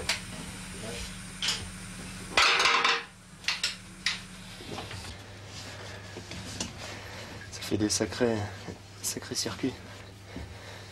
Bon, on va bien vidanger toutes ces pompes là pour que la glace se mette pas dedans, parce que si on les laisse dans les rouets, Thomas, au printemps elle va rester gelée et on va griller les rouets au démarrage, donc on va bien vidanger tous les corps de pompe.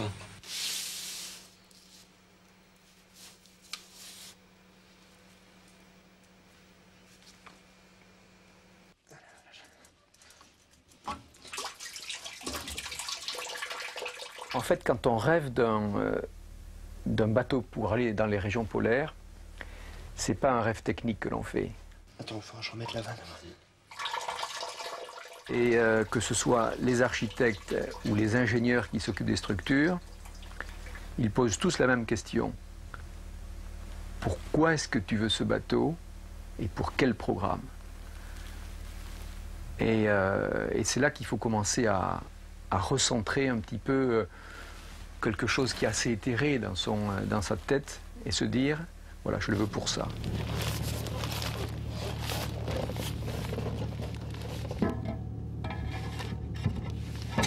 Moi, j'avais en tête une idée assez fixe, c'était refaire la dérive de Nansen.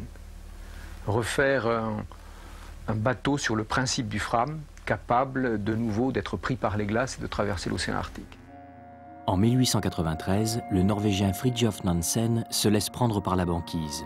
Le Fram, son navire, a été spécialement conçu pour résister à la pression des glaces. Nansen espère ainsi atteindre le pôle Nord, porté par les courants glaciaires. 3 ans de dérive au sein d'une mer gelée à l'infini. Sa trajectoire ne le mènera jamais au pôle, mais le bateau, lui, a fait ses preuves. J'ai distribué les récits et les plans de Nansen aux architectes, aux ingénieurs. On s'est tous mis à cogiter. Et puis on a dit, voilà, ce bateau, il va être fait pour la dérive. Ça veut dire combien de personnes? Donc à partir du moment où on définit l'équipe, par exemple 8-10 personnes, on a une idée du volume. Combien de temps est-ce que ça va durer?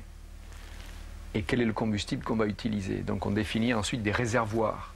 Tout ce qui pouvait être exploité dans la forme du bateau pour devenir un réservoir l'a été fait. Donc on a une capacité à l'heure actuelle de près de 50 000 litres de fuel. Donc c'est beaucoup pour un bateau de cette taille. C'est un grand réservoir en fait ce bateau. Et puis il y a l'habillage général, qui est la coque, qui sont les structures extérieures. Alors d'un côté, il y a les architectes qui essayent autour de ce projet de faire une forme marine, quoi. Quelque chose quand même qui va passer du temps en mer, qui ne va pas passer que sa vie dans les glaces, quoi, qui va naviguer. Et de l'autre côté, le groupe d'ingénieurs qui sont partis sur quelque chose qui doit être extrêmement solide. C'est une des raisons du choix de l'aluminium. Si on avait fait ce bateau en acier, par exemple, ça aurait été autre chose. Donc le choix d'un alliage léger, résistant.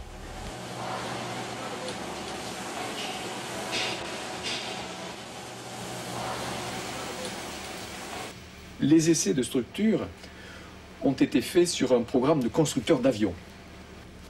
Pourquoi ? Quand vous êtes un avion, qu'on est dans des turbulences et qu'on regarde par le hublot, on se rend compte que l'aile de l'avion bat, et si peu qu'on soit un peu à l'arrière, on se rend compte que tout l'avion en fait est en train de se distordre Mais Antarctica, il a été construit sur ce même principe, capable de se vriller pour échapper à la fracture.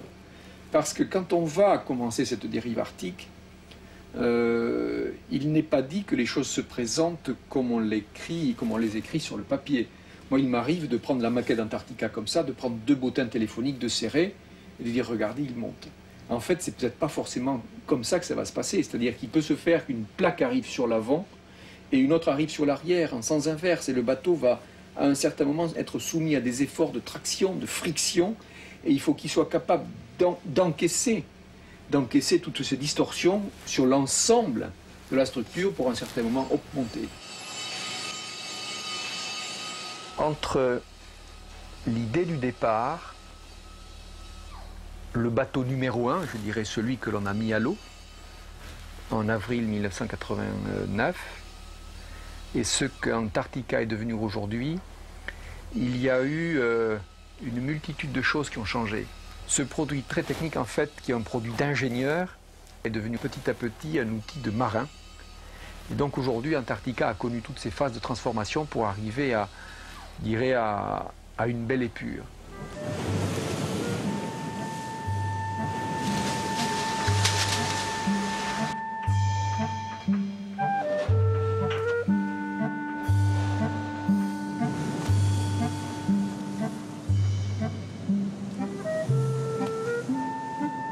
Sept mois de travaux pour une goélette de 36 mètres de long et de 10 mètres de large, capable de loger 14 personnes à son bord et de s'insinuer avec aisance dans le dédale des glaces flottantes. Silhouette étrange qui, depuis sa mise à l'eau en 1989, s'est inscrite dans les paysages des extrêmes nord et sud. Alors, on a fait presque 3 tours du monde depuis qu'il est mis à l'eau. On a côtoyé beaucoup de ports, beaucoup de pays. Et d'une manière générale, quand on est à quai, il y a toujours un attroupement. Et on voit les gens qui tournent autour, qui vont dans l'axe, qui regardent de côté et qui disent « Qu'est-ce que c'est ce bateau ? C'est un vaisseau spatial, c'est un sous-marin, mais quels sont vos objectifs ?» Donc c'est un bateau qui est quand même hors du commun et qui n'a pas été profondément changé depuis le départ, mais qui est arrivé, je dirais, à sa maturité. Il est prêt pour la dérive.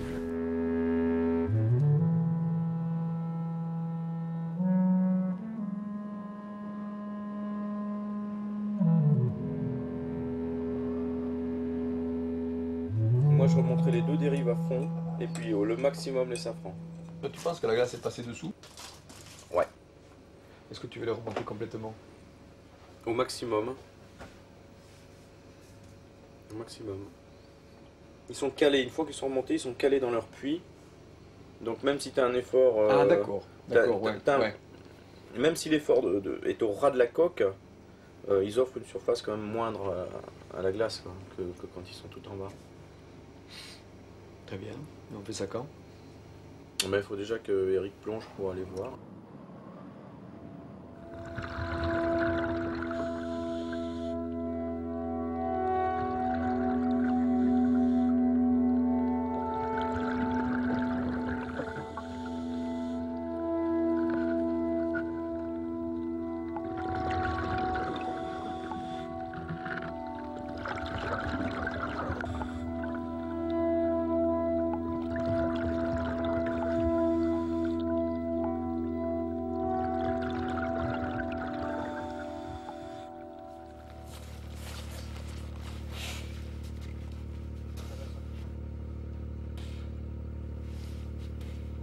Commence, les plaques glissent sous le bateau.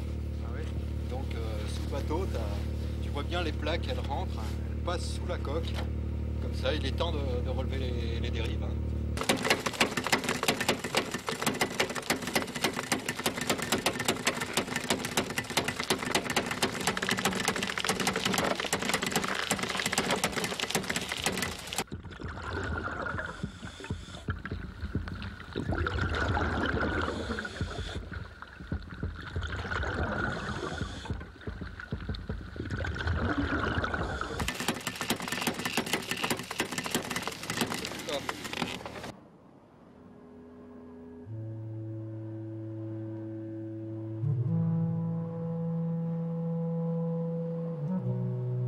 Antarctica a été construit pour aller naviguer dans les régions polaires, donc ce sont des eaux qui sont encombrées par les glaces. Et donc ce qu'il faut faire, il faut soit les pousser, soit les casser.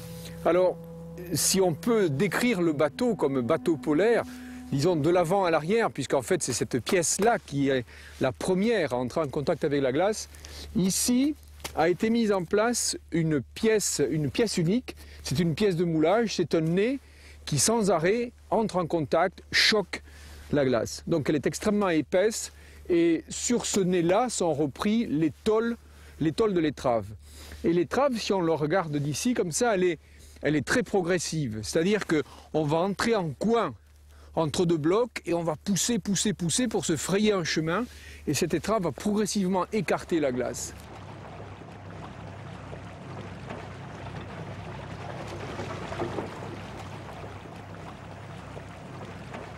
Il y a une autre caractéristique d'ici, c'est l'arrondi de l'étrave. Parce que de temps en temps, on se trouve devant un pack, c'est-à-dire une banquise très compacte. Et ce qu'il faut faire dans ces cas-là, c'est la casser. Donc on prend de l'élan, on monte dessus, cette étrave est très arrondie, permet de monter sur la plaque. Le bateau en charge fait 140 tonnes, donc le poids du bateau casse. Et c'est comme ça que petit à petit, on se fraye un chemin dans une banquise qui est très épaisse.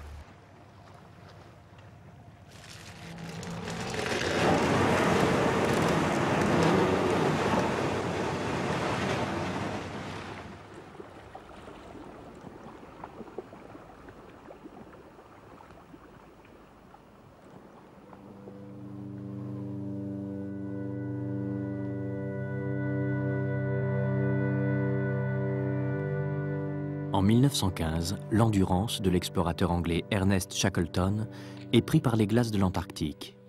Après une dérive de près de 15 mois et de 20 efforts pour dégager la coque, Shackleton ordonne l'évacuation du navire.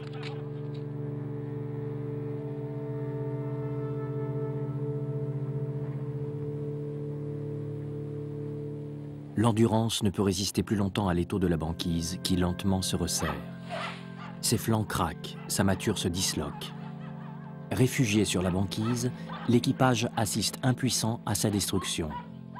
Aujourd'hui encore, cette infinie pression des glaces demeure une importante cause de naufrage dans les régions polaires.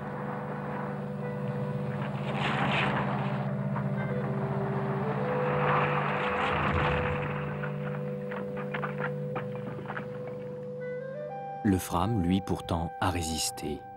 Imaginé par l'architecte Colin Archer pour la dérive arctique de Nansen, sa structure et sa forme en font le premier véritable vaisseau des glaces. Nansen avait conçu son bateau très fort, puissant, avec une carène, c'est-à-dire une forme de coque très arrondie, et lui a résisté à l'écrasement par la glace.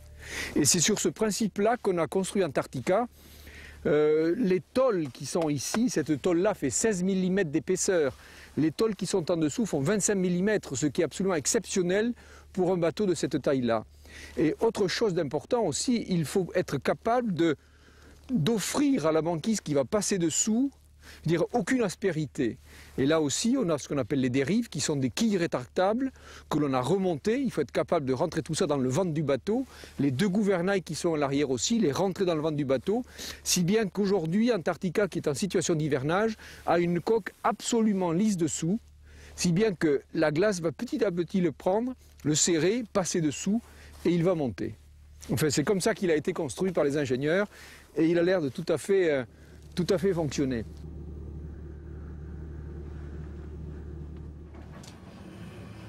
De l'ail, des oignons, du persil. Chercher de l'ail et des oignons.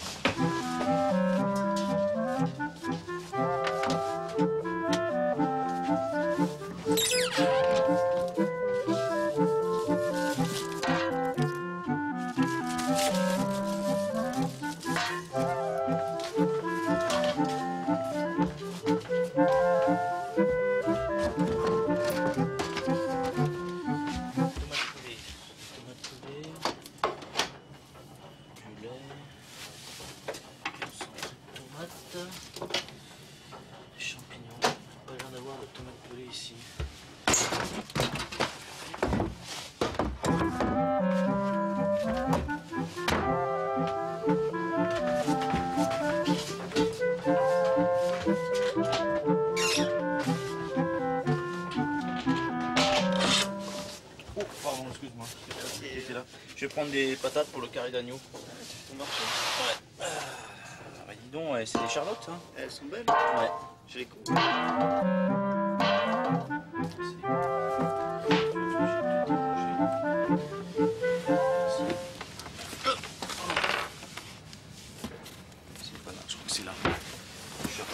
Tomate pelée. Ouais. Tomate pelée à défaut du concentré de tomate.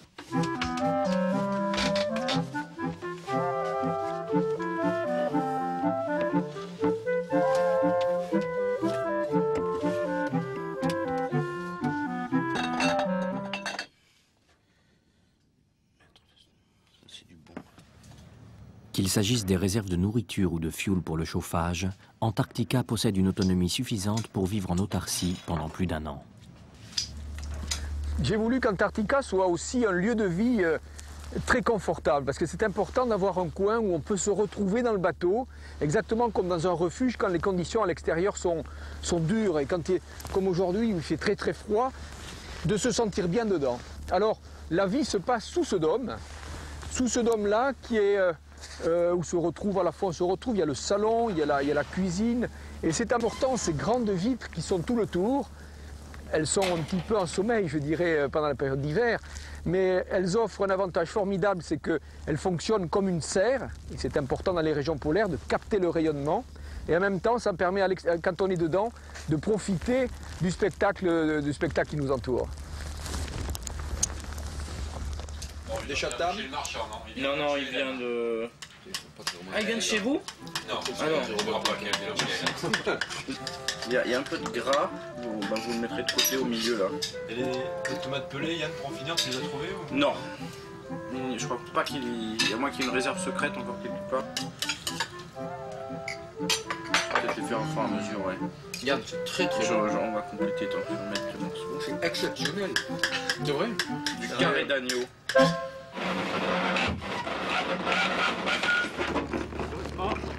Thomas, tu retiens. Thomas.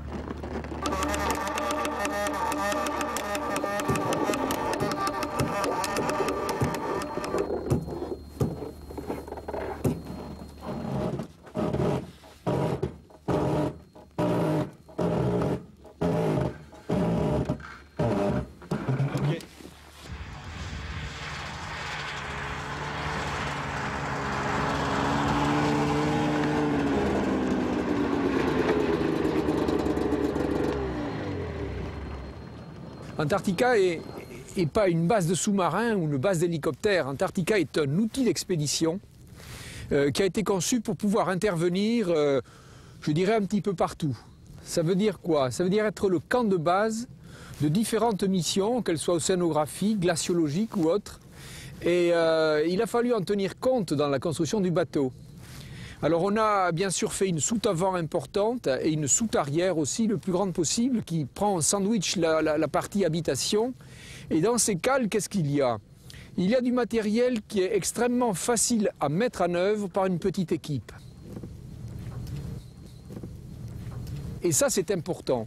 Et ça, c'est une des forces d'Antarctica, c'est cette adéquation entre une petite équipe efficace qui amène le bateau ici, et la même équipe est capable de mettre en œuvre le matériel qu'on a à bord, c'est-à-dire de remplir la mission pour laquelle on est là. L'essentiel des missions d'Antarctica consiste en une récolte d'échantillons à travers le monde. Le bateau est ainsi équipé pour traiter immédiatement ces prélèvements. Ici, par exemple, l'identification des espèces, leur tri et leur conservation jusqu'à leur arrivée dans les laboratoires d'analyse.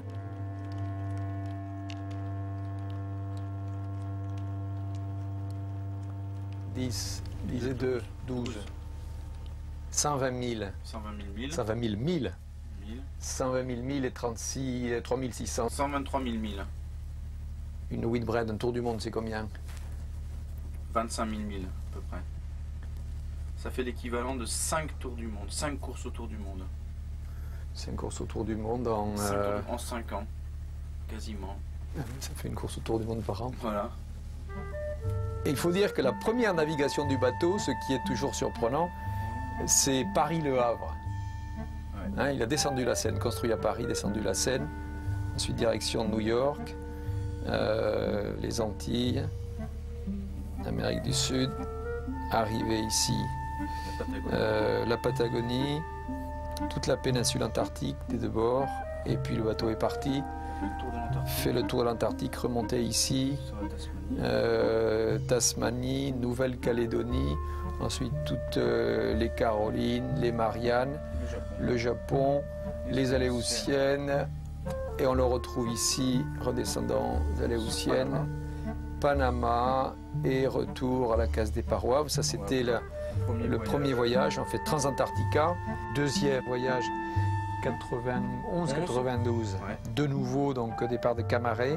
Antarctique. Jusqu'à... Et alors là, on a passé 6 mois. 6 mois, Patagonie, Falkland, Géorgie du Sud. Magnifique, la Géorgie du Sud. Et ensuite, on est remonté par Sainte-Hélène, Ascension, les îles du Cap-Vert et la France qu'on a rejoint en juin 92. Et redépart en août 93 de Sète, Méditerranée. Mer Rouge. Mer Rouge, escalade Djibouti. Ensuite, Seychelles et Réunion. Saint-Paul. Ensuite, Amsterdam, Saint-Paul. Traversée de l'océan Indien et arrêt en Tasmanie à Hobart. Ensuite, descente sur la mer de Ross et les Rébus, par ici. Remontée sur la Nouvelle-Zélande. Et là, on a continué sur les îles Chatham, la Polynésie française avec la mission Coralia. Ensuite, le bateau a continué sur les Marquises. Des Marquises, là, il sort de l'écran. Il a fait route sur l'île Coco au nord des Galapagos pour réemprunter le canal de Panama pour la seconde fois. Et de là, il a traversé l'arc antillais, remonté sur les États-Unis, nord de New York, sur le Massachusetts. Et là, retour avec une traversée de l'Atlantique.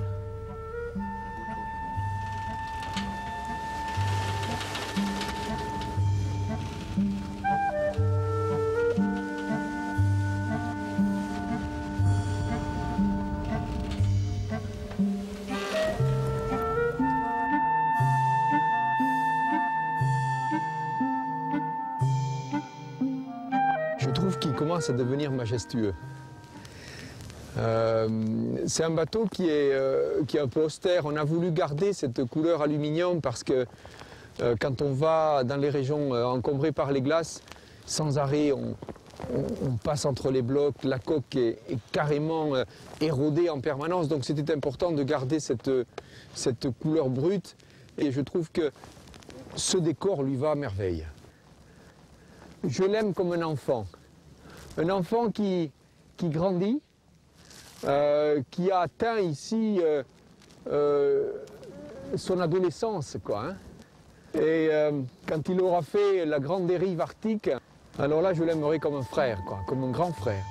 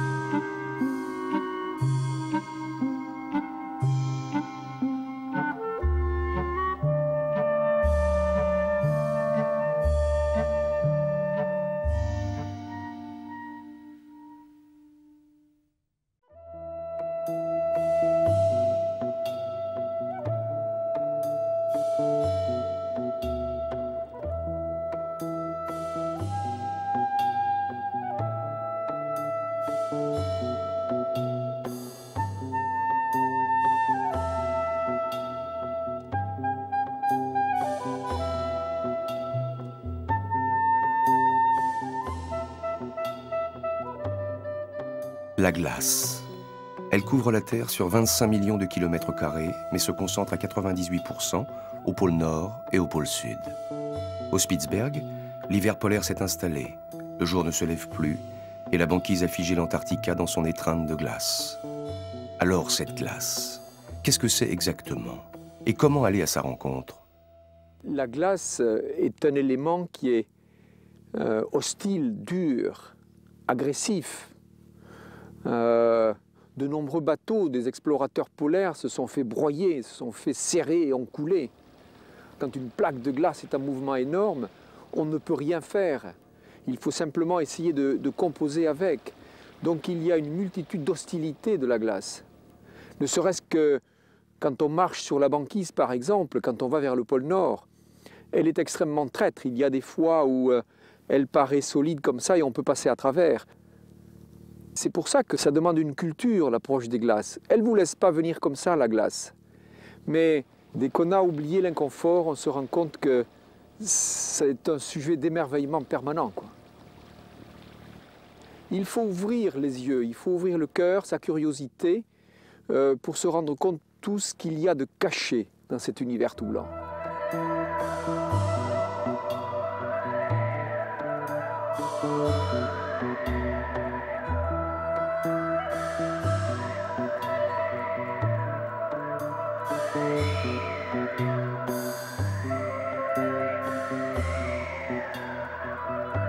Il faut bien comprendre qu'il y a deux types de glace. Il y a la glace de terre, donc qui par définition se trouve sur les continents, et la glace de mer, qui donc se trouve sur les océans et sur les mers. Elles ont deux origines différentes. L'une, c'est de la glace d'eau douce, la glace de terre et de la glace d'eau douce, qui vient de l'accumulation progressive de la neige en altitude ou sur les régions polaires, alors que la glace de mer, au départ, elle vient du gel de l'eau salée.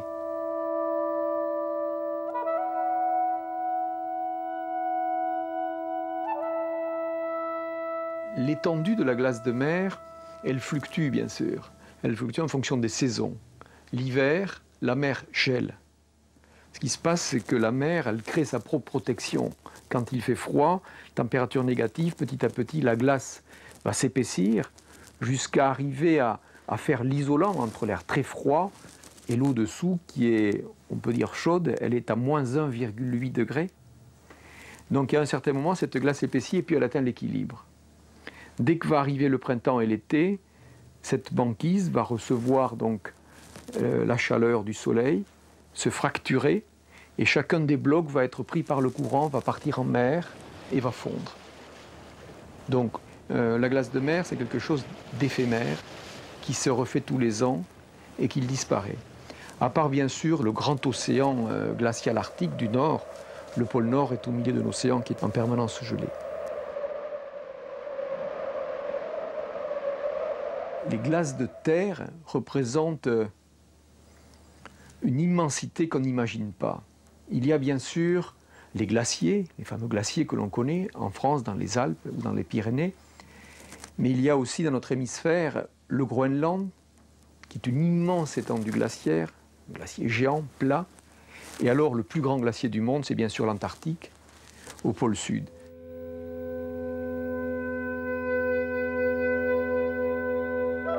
L'Antarctique fait 28 fois la surface de la France. On peut imaginer la taille de ce glacier, une épaisseur moyenne de 3 ou 4 kilomètres. Donc 90% de l'eau douce de la Terre est gelée. Le reste, les 10%, ce sont les rivières, les lacs. Donc l'eau douce, le réservoir d'eau douce de la planète, 90% de l'eau douce est gelée. Il y avait quelque chose qui me surprenait quand j'étais petit, c'était quand on parlait de neiges éternelles. Ces points blancs qui restaient sur la montagne en été. Et en fait, ces neiges éternelles, ce sont les glaciers. Elles sont éternelles à l'échelle d'une vie humaine. Mais en fait, si on se penche un peu sur le mécanisme de ce glacier, on se rend compte que le flocon de neige qui est tombé en haut de la montagne, ben, il peut mettre 50 ans, un siècle, pour arriver jusqu'en bas du glacier. Il y a ce mouvement qui est extrêmement lent, on ne s'en rend pas compte. Il y a des mouvements encore plus lents, qui sont les mouvements du Groenland, par exemple, ou de l'Antarctique, où il y a une calotte de glace qui est relativement plane. Donc, elle n'a pas beaucoup de vitesse, la glace. Donc, elle va descendre tout doucement. On pense que la glace du fond va mettre presque 500 000 ans pour aller au bord. Donc, on ne se rend pas compte de cette avancée. Pour mieux se rendre compte que les glaciers sont en mouvement, il faut aller naviguer dans les régions polaires.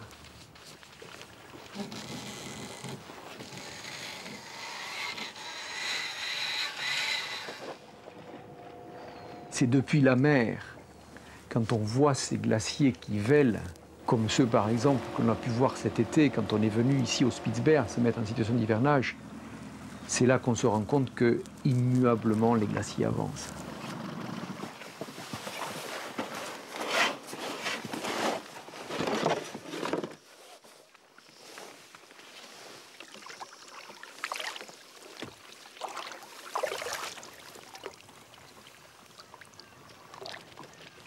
On est à la limite de la glace, là, et toute cette glace, en fait, elle est tombée à l'eau, avec le glacier qui vèle, c'est-à-dire il met bas en permanence de la glace.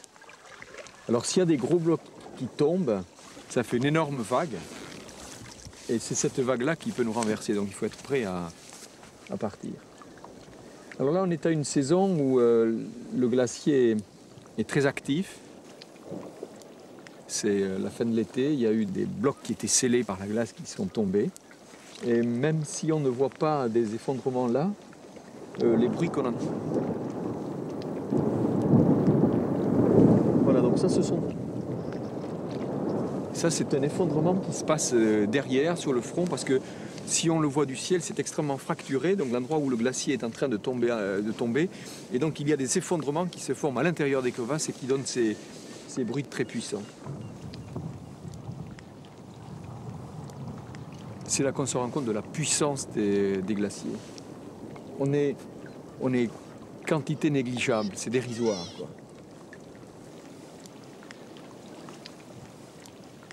L'avancée des glaciers, pas uniquement au Spitzberg, mais dans les régions polaires, au nord et au sud, est quelque chose qui est très étudié à l'heure actuelle. Et on l'étudie depuis l'espace, puisque avec un satellite, on a une vision générale. On essaye de déterminer ce qu'on appelle le bilan des glaces. C'est-à-dire, est-ce qu'aujourd'hui, le front glaciaire, la limite des glaces est stable, ou alors elle est en régression? Y a-t-il davantage d'icebergs qui sont formés, davantage de vélage, ou alors les glaciers sont-ils en train, au contraire, d'augmenter? Ça, c'est une interrogation, bien sûr, qui est liée à cette interrogation permanente. L'homme est-il en train de changer le climat de la Terre? Y a-t-il un réchauffement ou pas? Et donc aujourd'hui, il y a toute une série de chercheurs qui se sont spécialisés dans l'interprétation du bilan des glaces dans les régions polaires, pour avoir un indice climatologique.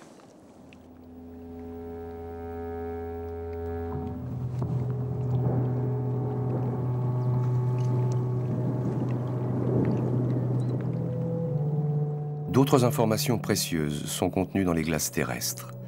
Ainsi, les scientifiques peuvent aujourd'hui déterminer les climats passés de la Terre en analysant les bulles d'air emprisonnées lors de la formation des couches de glace, siècle après siècle. Les glaces terrestres sont les archives climatiques de notre planète. En les consultant, on retrouve les traces de l'apparition des activités humaines et leur influence de plus en plus sensible sur l'atmosphère depuis le début de l'ère industrielle. Mais il est encore difficile d'évaluer les conséquences de ce phénomène sur l'évolution de notre climat. Le savoir est cependant capital, car la mémoire des glaces nous le prouve aussi. La stabilité climatique actuelle, qui règne depuis la dernière glaciation, il y a environ 10 000 ans, est totalement exceptionnelle.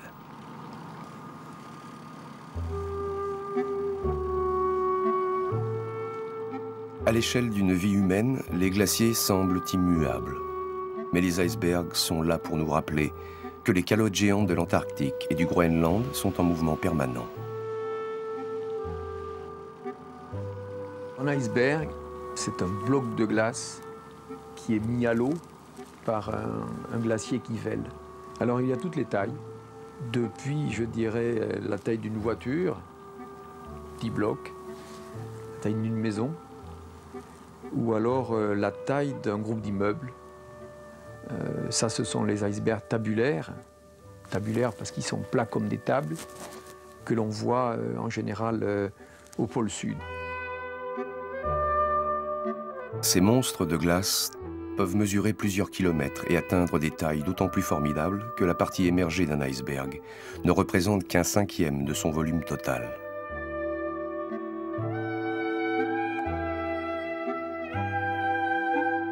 La rencontre avec le premier iceberg, c'est quelque chose de fascinant. On s'est approché de cet iceberg, on est resté là des heures à regarder.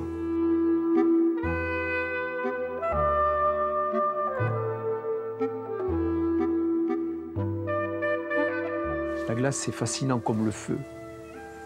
Ça, c'est la partie belle. Et une partie plus sournoise de l'iceberg, c'est le danger qu'il représente pour la navigation. Alors, bien sûr, tout le monde se souvient du Titanic, qui a heurté un énorme iceberg et qui a coulé. Aujourd'hui, les choses sont un peu différentes. Ces icebergs, qui sont en général assez conséquents, sont détectables au radar par les bateaux. Mais il y a quelque chose de plus dangereux que l'énorme iceberg que l'on peut détecter. Ce sont tous les blocs de glace qui s'en détachent. Un iceberg, petit à petit, se fragilise, se fracture, s'effrite et laisse dans sa traînée des blocs qu'on appelle des growlers, qui sont moins détectables et qui, eux, sont dangereux pour la navigation.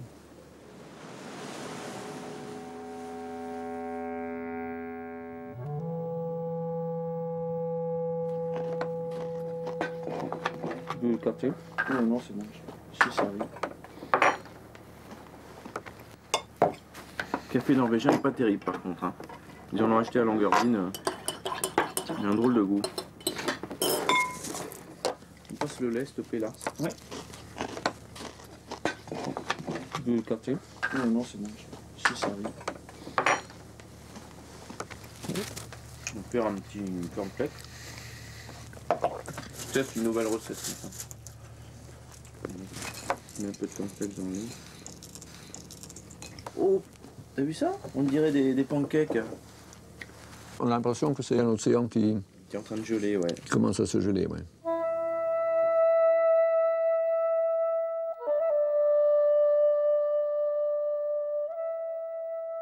La glace d'eau de mer, c'est quelque chose qui vient progressivement. Ce n'est pas tout d'un coup, du jour au lendemain, on se lève et dit « tiens, l'océan est gelé ». Il y a une descente en température progressive. Il faut voir aussi que ça touche une masse d'eau très importante. Ce n'est pas une petite mare qui va se geler à la surface. Là, il s'agit d'une grande masse d'eau salée. Les premiers indices, on les voit à la surface. On devine à la surface que la houle s'apaise. On a le sentiment que la mer est recouverte par quelque chose de visqueux, de pâteux, qui a un reflet différent. On devine avec les veines d'eau cette glace qui est en train de se faire. Ça, c'est le premier stade. Ensuite, petit à petit, si cette température de l'air continue à descendre, l'eau là, elle est à moins 1,8. Elle commence à se geler. Et si la température de l'air descend, eh bien, la glace va continuer à se former, s'épaissir. Alors, quand on est sur l'océan ou quand on est dans un fjord assez grand, c'est-à-dire où il y a de la houle, où la mer bouge, ces plaques de glace assez fines qui commencent à se faire, à s'épaissir, en fait, elles vont s'individualiser. Ça, c'est lié à la houle. Et ce qui est drôle, c'est que ces plaques, en fait, vont se frotter l'une contre l'autre. Elles vont continuer à s'épaissir parce qu'il fait froid. On appelle ça des nénuphars ou des pancakes. Ça fait des pièces rondes qui font entre 2 et 3 mètres de diamètre et qui sont entourées par un bourrelet de glace. Alors ça, c'est un stade déjà un petit peu plus avancé. Et si la température de l'air continue à descendre, en fait, ce qui va se passer, c'est qu'il y a une soudure qui va se faire entre ces pancakes, entre ces blocs de glace, et puis là, l'océan va être définitivement recouvert.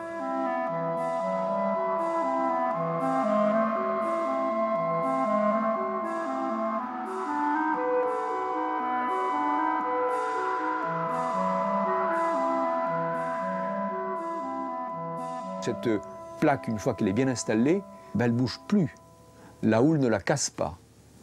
À moins que l'on soit dans des zones particulières qu'on appelle des polynies. La polynie, c'est quoi? La polynie, c'est un mot russe qui veut dire clairière. Ça veut dire que dans cet océan gelé, il y a une pièce d'eau qui ne gèle pas.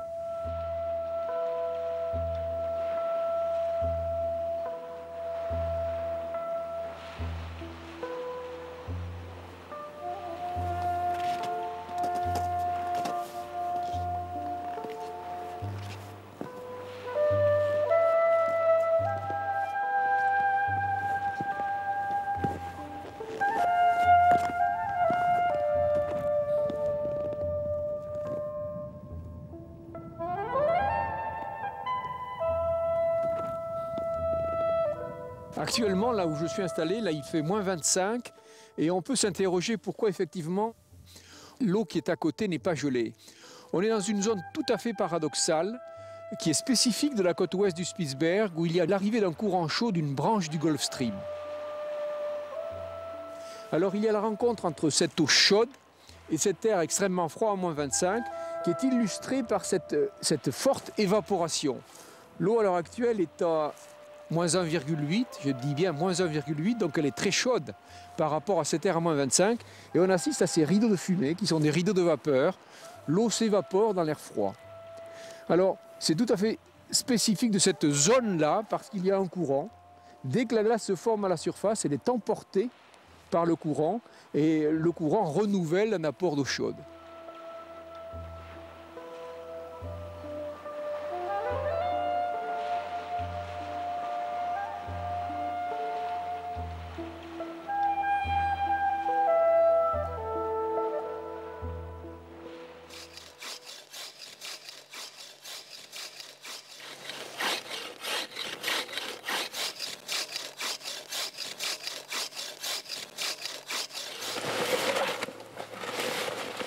En bas là ouais. Voilà. 37 cm. 10 cm de plus qu'il y a 2 jours. Ouais. C'est 5 cm par jour, dit. C'est dingue.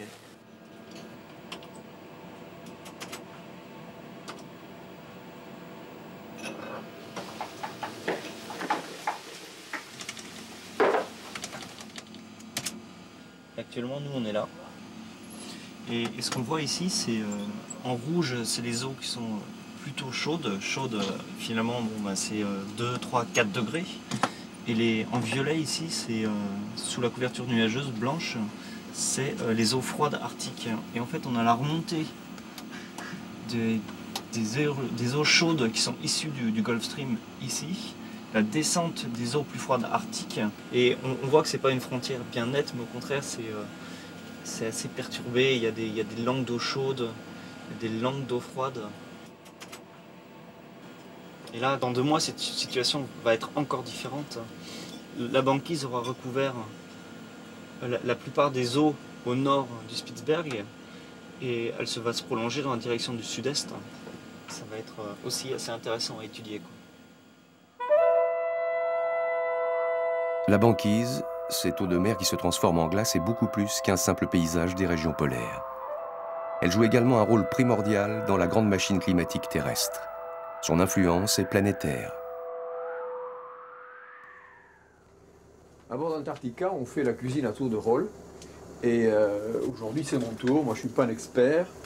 Et je fais des choses simples. Je fais des pâtes. Les pâtes, c'est simple. Il faut des pâtes et de l'eau. Alors, ici, l'eau, ben, c'est la banquise qui nous entoure. Et c'est ce que je suis allé chercher pour faire ce plat. Donc, j'ai pris un bloc de banquise que j'ai mis là.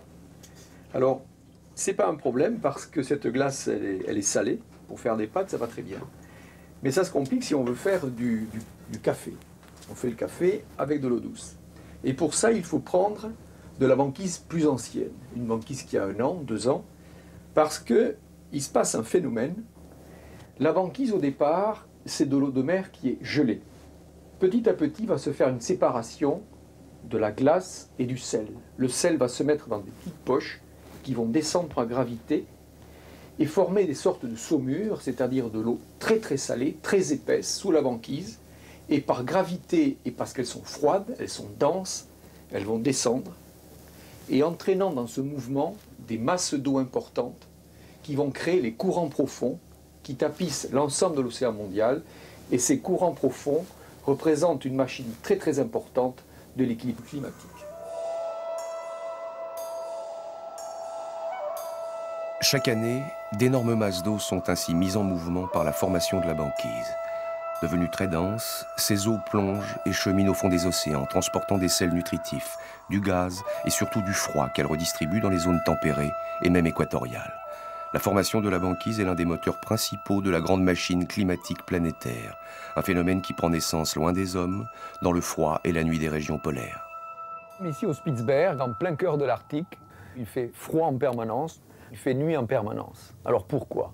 C'est une question de situation et une question de soleil. Alors bien sûr, il ne faut pas tenir compte de l'échelle. Le Soleil est beaucoup plus loin sur le plan de l'équateur, mais on se rend compte que les rayonnements du Soleil arrivent de plein fouet dans les régions équatoriales et sont extrêmement rasants dans les régions polaires. Alors comme la Terre est inclinée, ben, en période d'hiver, le pôle Nord est complètement dans l'obscurité, ne reçoit aucun rayon solaire, donc la mer gèle et les continents se recouvrent d'une couche neigeuse. La Terre continue à tourner sur elle-même jour et nuit, et puis autour du Soleil pour les saisons. Là, nous sommes en été. On se rend compte que le pôle Nord, par contre, reçoit le Soleil en permanence, mais comme la neige est blanche, comme la glace est blanche, elle renvoie pratiquement 90% du rayonnement solaire, si bien qu'elle refuse la chaleur du Soleil. Donc la glace et la neige sont en fait les garants de la permanence du froid dans les régions polaires. Donc cette Terre, en fait, c'est un système très très instable, avec le pôle du chaud ici dans les régions équatoriales et deux pôles du froid au nord et au sud. Et la nature, elle a tendance à équilibrer ce dipôle en fait. Alors, elle a tendance à équilibrer en mettant en œuvre ces deux grands fluides que sont l'air de l'atmosphère, qui va monter des régions équatoriales et être progressivement remplacé par l'air froid des régions polaires, et mettant en œuvre aussi son deuxième fluide qui est la masse d'eau des océans. Alors, les eaux chaudes de surface vont monter vers les régions polaires, se refroidir, plonger et créer les courants profonds. Alors, si vous rajoutez à ça la rotation de la Terre, vous en fait créer les courants dominants, les vents dominants, qui sont les éléments fondamentaux de la machine climatique terrestre.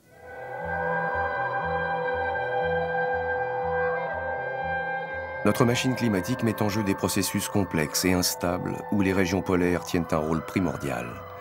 En été, les glaces permanentes, en refusant la chaleur du soleil, garantissent aux régions polaires leur rôle de pôle du froid. En hiver, la formation de la banquise est l'un des moteurs principaux des grands courants océaniques mondiaux et des transports thermiques. Pour les scientifiques, mieux comprendre l'équilibre de nos climats et tenter d'en prédire l'évolution passe par les glaces de l'Antarctique et de l'Arctique. Pour moi, la glace, c'est qu'un état de la matière. Je crois qu'on ne peut pas dissocier la glace des régions polaires. C'est comme quelqu'un qui va dans le désert du Sahara. Il n'y va pas parce qu'il aime le sable, il y va parce qu'il aime le désert.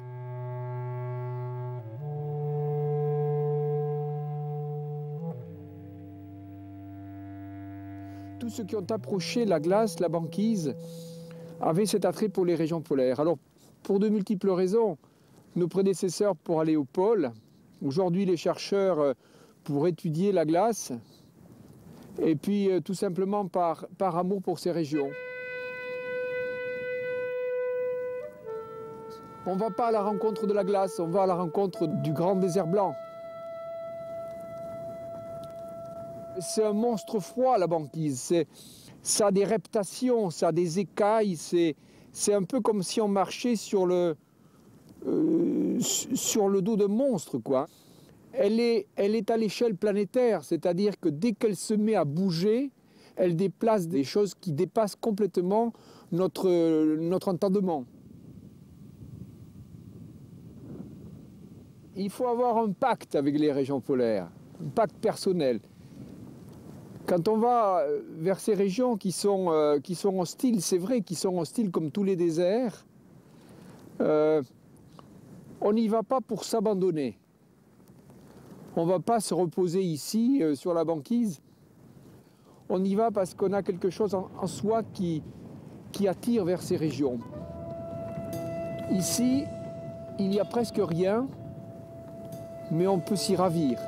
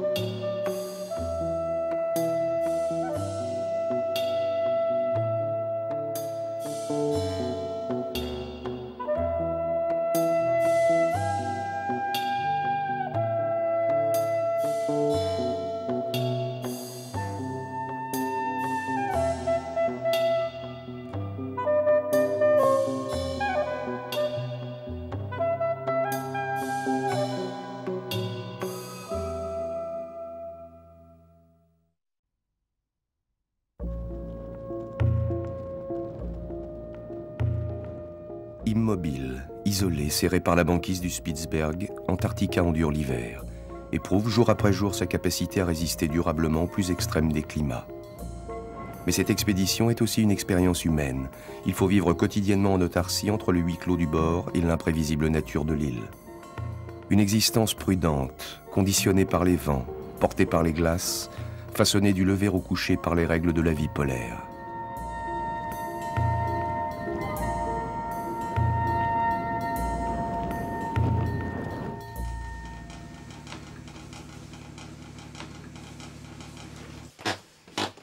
Comme chaque matin, tout commence à 7 heures précises. C'est l'heure. Ah, voilà qui est debout. Déjeuner. C'est prêt.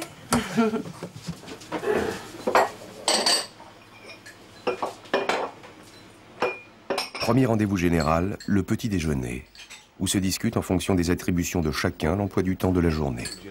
Plus 2. De toute façon, cet après-midi, on n'est pas là. D'accord. On va aller faire un tour au glacier. Comme ça, on va checker un peu le matériel. Oui, ce serait bien de prendre un peu de matériel, la tente, et essayer un peu des choses qu'on n'a pas. Oui, si on va au glacier, on en profite pour emmener les chiens. Ils ont envie de bouger. Là, on va aller faire un tour. Là, ils montent haut, hein, c'est impressionnant. Hein. On va aller faire un tour. Vous avez juste l'émission à 11h, là. Le direct avec l'école de Rouen. Ah, d'accord. Bon, c'est un peu c'est des CM2, CM1, je crois. Ils vont poser des questions. Hein. Ah oui, ils sont, bien, en général, les profs, ils les préparent. Ouais.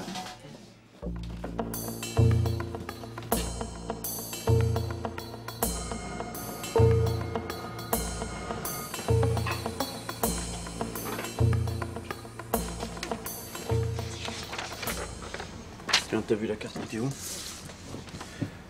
Qu'est-ce que ça donne? Ah, tu as la dépression qu'on avait hier, elle s'est décalée sur le nord de la Scandinavie. C'est ça? Ouais, c'est là. Donc là, on est juste sorti. Et maintenant, on a une deuxième qui va nous tomber sur le dos, là. C'est vraiment instable. Ouais, ouais. Et on a un petit break aujourd'hui où on va voir du vent de nord. Enfin, ça devrait être bon. De nord? Ouais, ouais, ouais. Disons, pour le glacier, ça peut nous arranger. Si on peut le faire, tu crois, là? Ouais, mais enfin, ça c'est... Non, il fera beau. Le quotidien de l'expédition, c'est en premier lieu le travail en commun d'un équipage au service d'un navire devenu refuge polaire. Un capitaine, un second, un élève officier, un mécano, une cuisinière, un radio. En tout, 6 personnes qui assurent jour après jour, et quelles que soient les conditions extérieures, l'autonomie et la sécurité du bateau.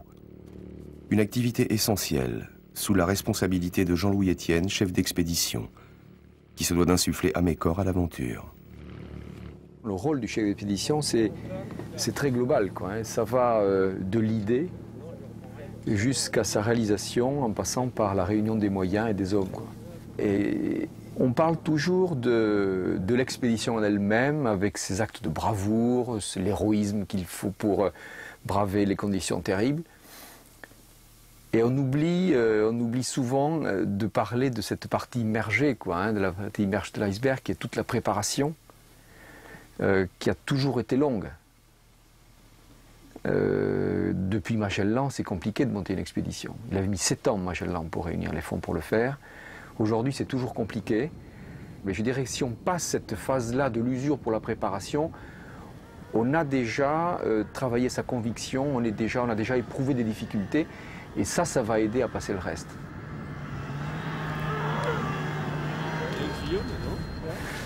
Alors sur le terrain, le rôle du chef d'expédition, il est d'arriver sur le terrain en forme. Surtout dans ces milieux hostiles que sont les régions polaires, il faut arriver tout neuf. Et c'est là qu'il va falloir harmoniser une équipe. Ça, c'est très important. Je me rends compte de temps en temps, quand j'ai mes batteries qui baissent un petit peu, c'est l'ensemble de l'éclairage qui baisse, quoi. Et donc je me rends compte qu'il faut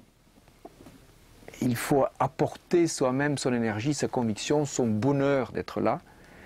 Et il ne faut pas grand-chose souvent pour faire redémarrer une équipe qui commence à flancher. Ça, c'est le rôle humain de l'expédition, être attentif à ça. Et puis, dans les activités qui rythment les journées, il y a la raison de tout cela, la mission qui justifie tant d'efforts, en l'occurrence le programme scientifique. qui se nourrit de prélèvements océanographiques et biologiques régulièrement effectués autour du bateau ou dans d'autres fjords du Spitzberg. Depuis le début de l'hivernage, les scientifiques se relaient à bord d'Antarctica. Aujourd'hui, la science, c'est, surtout dans les sciences de la Terre, c'est de la collecte d'échantillons, de la collecte de mesures sur le terrain. Et moi, ce que j'offre, c'est une plateforme instrumentée, c'est une expérience de terrain et une logistique. Donc, un chercheur, il trouve un intérêt, il s'associe avec nous, ou il ne trouve pas d'intérêt, et on ne le fait pas ensemble. Et donc, par rapport à un choix d'itinéraire qu'on a fait et de moyens, j'essaye de donner à ces chercheurs le maximum de chances pour obtenir des résultats. Alors, c'est savoir amener un carottier au milieu du Storfjord, c'est savoir amener le matériel qu'il faut pour faire un trou dans 1 mètre de glace et descendre en filet à plancton. C'est ça mon rôle en fait.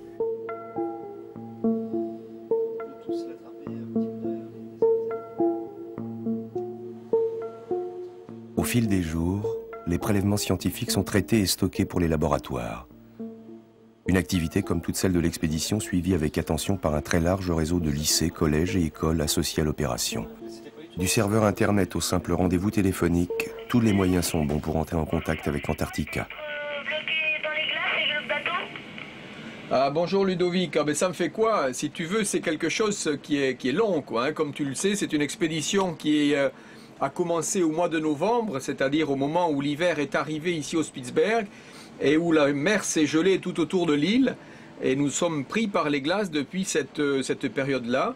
Alors, il est évident que l'activité autour du bateau est beaucoup plus calme et beaucoup plus lente que quand on est en France. Mais on s'habitue à ce rythme et puis on a des occupations, il faut s'occuper du bateau, on a un travail avec les chercheurs, donc on a pas mal de travail, ça fait qu'on ne s'ennuie pas du tout.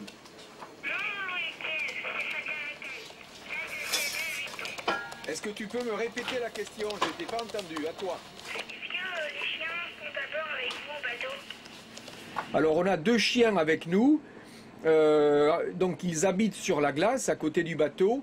Mais maintenant, la nuit, on les fait dormir à bord du bateau parce que les ours s'approchent de plus en plus près. Et ben on ne voudrait pas qu'il y ait une attaque entre l'ours et le chien parce que le chien, il ne fait pas trop le poids. Hein. Bien, allez, les enfants, je vous remercie beaucoup d'avoir répondu à leurs questions. Et maintenant, nous allons vous laisser vaquer à vos occupations. Qu'est-ce que vous avez de prévu, là? Alors, ce que nous avons de prévu, nous sommes dans un fjord qui est terminé tout à fait au fond par un glacier. Alors c'est un glacier qui en ce moment travaille beaucoup et donc nous allons régulièrement l'observer et donc nous allons partir dans l'après-midi pour faire une observation de ce glacier. Voilà, alors nous allons vous quitter en chanson. Les enfants ont préparé une chanson pour vous.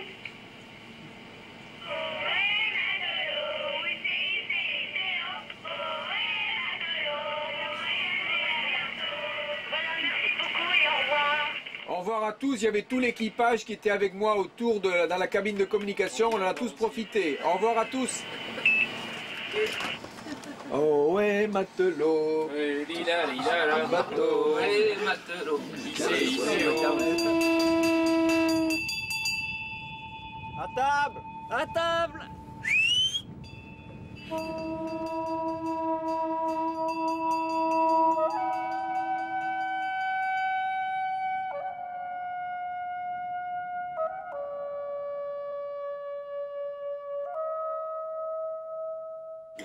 13 h, le déjeuner. Au-delà de l'appel du ventre, la ponctualité des repas a sa raison d'être. Ils sont la véritable horloge de la vie polaire. En fait, tu ne peux plus tellement compter sur... Il y a un moment où tu comptais sur l'arrivée de la lumière pour dire ça y est, c'est l'heure. Et là, le repère, il paraît que le tissu est sorti. Enfin, vivre avec le journal dedans. C'est plus excitant que vivre avec la nuit permanente. Ah oui, c'est sûr. Plus ouvert dans la tête. Ouais, j'ai l'impression. Oui, mais moi je trouve que le cocon que fait la nuit est sympa. Le repère des repas est essentiel. Durant la nuit d'hiver de 4 mois ou lorsque le jour est devenu permanent, ils permettent de redonner un rythme au temps. La période de pleine nuit est une période que je dirais nordique, celle de l'âtre, celle du feu, repliée sur une petite équipe, plus à l'intérieur de soi-même. Et alors que la période de jour est une période au contraire où on a besoin soi-même de se recentrer, parce qu'il y a une stimulation permanente, une stimulation visuelle, une stimulation d'invitation à l'activité, à aller dehors. Et ça peut aussi complètement déboussoler, parce qu'il n'y a plus le repère de la nuit qui arrive pour vous dire que la journée est finie. Donc si on ne s'impose pas un rythme la journée, on s'expose à une dérive progressive. Et tant qu'on vit seul, je dirais que ce n'est pas un problème, mais dès qu'on est en groupe, il faut éviter cette dérive qui peut complètement perturber l'ambiance dans une équipe. Et sincèrement, c'est un luxe fabuleux, la solitude. Vous l'avez déjà dit, ça. C'est très bon, Hélène. C'est du porc? C'est du porc et du bœuf. La météo, Serge. Elle est juste à l'heure. Hier, ils n'y étaient pas. Aujourd'hui, ils vont être. Bon, on va l'enregistrer. Les bulletins météo sont les seules nouvelles de l'extérieur réellement indispensables. Le temps ici est l'objet d'une préoccupation constante, quasi obsessionnelle, qui se justifie par la brutalité des changements climatiques et les dangers qu'ils occasionnent. Déjà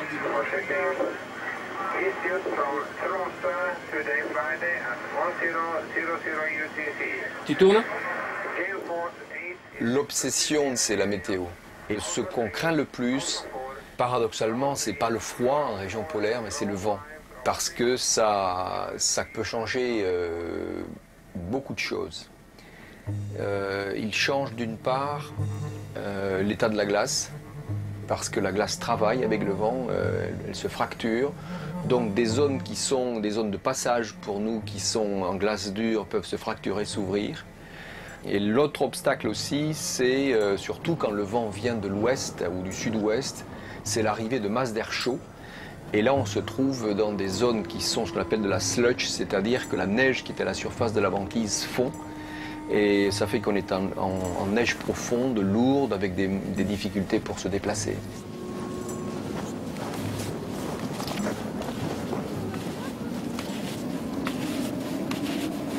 Le vent, ça amène du blizzard. Le blizzard, c'est de la neige soufflée en suspension. C'est quelque chose qui vous enferme totalement. Il n'y a plus de visibilité, on est enveloppé par des flux de neige, de glace qui vous passent autour, on ne voit plus rien. Dès qu'on ouvre les yeux en face du vent, ça pique les yeux, donc on est toujours en train de se protéger comme ça. Si on essaye de se protéger ici, ça fait une dépression, il y a toute la neige qui revient dessus. Et on a toujours un sentiment de fin du monde.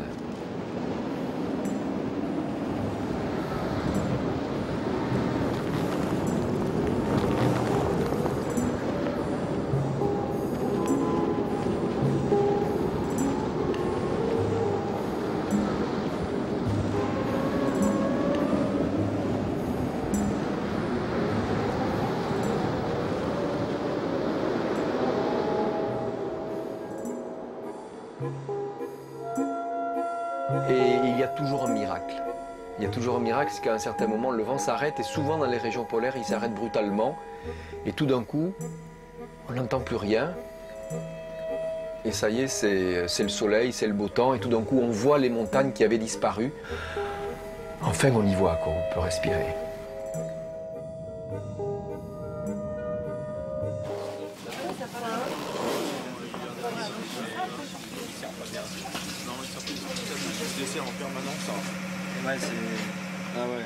Au-delà des flancs ronds du bateau, il y a la banquise, c'est-à-dire un autre univers, uniforme et sournois, fascinant et hostile. Un monde simple, comme le blanc, mais qui peut s'obscurcir d'un coup de vent. Éviter les pièges parfois mortels de la banquise demande vigilance, préparation et un bon matériel régulièrement testé. Je t'appelle sur 16 et on passe 69.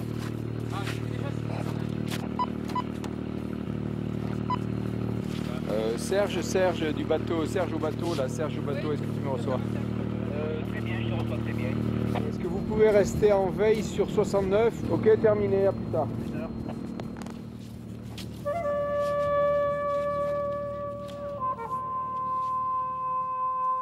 Ces exercices de préparation de sortie sont effectués régulièrement et à tour de rôle par tous les membres de l'Antarctica. Des précautions d'autant plus nécessaires que la mission réclame des parcours fréquents de ces espaces gelés sur des dizaines de kilomètres afin de réaliser les prélèvements scientifiques.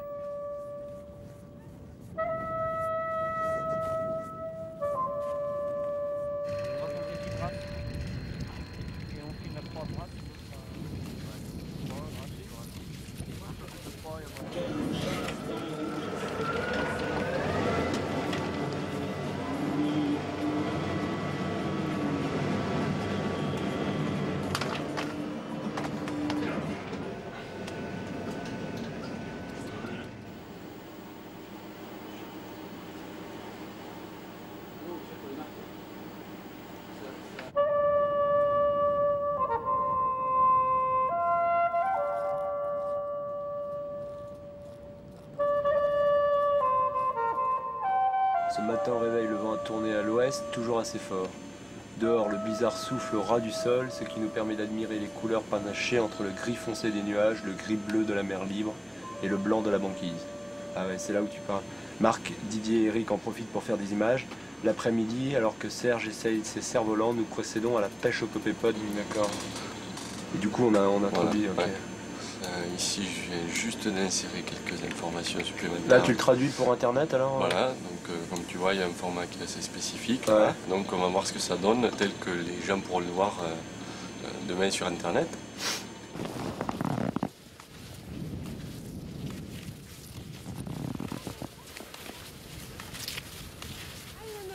Alors dès qu'on quitte un refuge, dès qu'on quitte le bateau, dès qu'on s'aventure un peu dans les régions polaires, même pour la journée, il faut toujours apporter avec soi de quoi passer 2-3 jours. Il faut une tente, un réchaud et un sac de couchage. Ça c'est la base.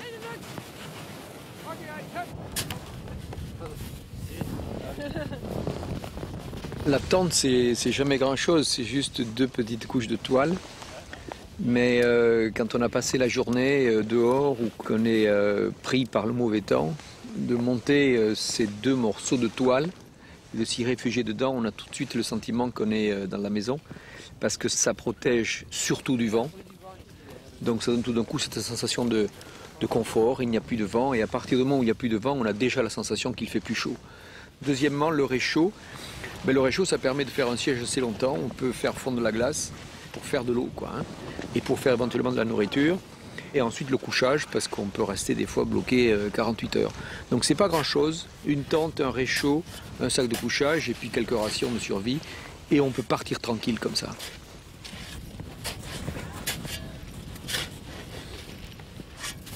Alors il est évident que ce qui est le plus dangereux, c'est la pression constante du froid si on n'est pas équipé. Alors au froid, d'abord il va y avoir un court-circuitage de la circulation qui n'est pas essentielle. La circulation dans les extrémités, dans les doigts, dans les pieds, dans les jambes, dans les membres d'une manière générale, va être coupée. Ou disons pas coupée, mais disons bien ralentie, quoi. Et pour ne conserver que la circulation essentielle, c'est-à-dire celle du cerveau, du cœur, des reins, donc les parties vitales du corps. Donc comme il y a, en termes un peu barbares, ce qu'on appelle le sacrifice de la périphérie, on va commencer à avoir froid aux mains, froid aux pieds, et ça c'est normal. Ensuite, le corps va essayer de produire sa propre chaleur par des tremblements. On commence à trembler. Les tremblements sont le signe que le corps entre petit à petit en hypothermie, c'est-à-dire en dessous de la température normale, et le réflexe c'est la contracture musculaire. Quand on marche, cette contracture musculaire produit de la chaleur, et à l'arrêt, le froid va générer ce tremblement. Et à la limite, il faut le laisser faire. Soit on se met en mouvement, soit on laisse faire. Ça, c'est un signe d'alerte qu'on entre en hypothermie. Là, il est temps de se couvrir. Alors, la façon de se couvrir, elle est simple, elle est multiplier les couches de vêtements en ayant à l'extérieur, et ça c'est fondamental, un coupe-vent, quelque chose qui va garder la chaleur que l'on produit autour du corps, parce que c'est le corps qui est le radiateur, et il ne faut pas ouvrir la fenêtre, quoi. Alors, froid plus vent égale danger maximal, et on peut aller plus loin dans les agressions du froid. Il peut y avoir des gelures des extrémités qui ne reçoivent plus de sang pour les réchauffer et qui tout d'un coup sont agressées directement par le froid. Et puis le stade un petit supérieur, c'est l'hypothermie, c'est-à-dire la température du corps commence à baisser. Et à un certain degré d'hypothermie, on perd la vigilance et on s'endort petit à petit sans plus jamais se réveiller. Un autre danger permanent de l'Arctique, l'eau sous la glace. Des exercices répétés de simulation en combinaison étanche permettent d'acquérir les bons réflexes. Alors là, on est sur la banquise, là, on est installé sur la mer gelée. Il y a une banquise dessous qui fait peut-être 1 mètre d'épaisseur. Mais on n'est jamais à l'abri d'un travail de la banquise. Si le glacier à côté commençait à pousser, travailler, pourrait fracturer cette banquise. Donc il n'est pas impossible qu'on puisse passer à l'eau. Quand on passe à travers la banquise, c'est en général que la banquise est fine. Et pour donner une comparaison avec quelque chose que l'on peut comprendre, c'est comme marcher à un moment donné sur une vitre, passer à travers la vitre parce qu'on est trop lourd.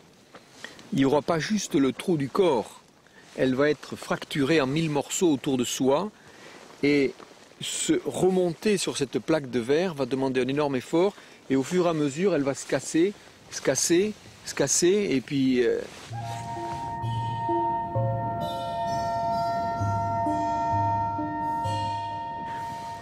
Combien de temps peut-on survivre dans une eau polaire à -1 si on n'a aucune chance de sortir? Quelques secondes, je dirais. Par contre, si on a le sentiment qu'en nageant un peu, en allant retrouver un bloc plus costaud, qu'il y a un copain qui peut lancer une corde et vous tirer, là déjà l'espoir, ça permet de tenir davantage. Mais il faut savoir que quand il fait -35 par exemple et qu'on tombe dans l'eau qui est à -2 degrés, elle est très chaude par -35. Et le vêtement est froid et il va devenir une véritable carapace. Et ces muscles vont être durcis, enraidis par le froid. Donc il faut savoir que ces situations-là sont extrêmement critiques.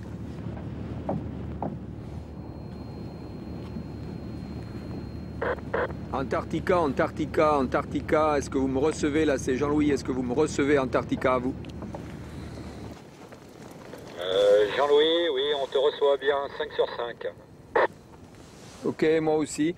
Donc on est arrivé au glacier, là, dis donc, depuis l'autre jour, il a pas mal travaillé. Là, on voit que ça pousse bien, il y a pas mal de blocs qui sont tombés. On a monté la tente, là, pour regarder un petit peu. Il faut, enfin, je te le dirai au bateau, mais il faut refaire les bavettes qu'il y a autour, là, parce que là, on n'a pas de vent, ça va, mais si on a du vent, elle va s'envoler. Des petits détails, mais enfin, dans l'ensemble, tout va bien. À toi. Bah nous ici au bateau, le vent est nul, la visibilité est bonne, ce qui nous a permis de voir la mère et son petit ours passer à la Meek Tower. Ils sont venus faire leur ronde quotidienne. À toi. Est-ce que tu as le sentiment qu'ils sont partis en direction du glacier, à toi? Non, non, ils ne sont pas partis en direction du glacier. Ils ont pris le fjord comme d'habitude pour aller voir s'ils trouvent 1 ou 2 phoques sur la banquise. Ok, ben écoute, nous on plie tout là et puis on rentre. À tout à l'heure. À tout à l'heure, Jean-Louis.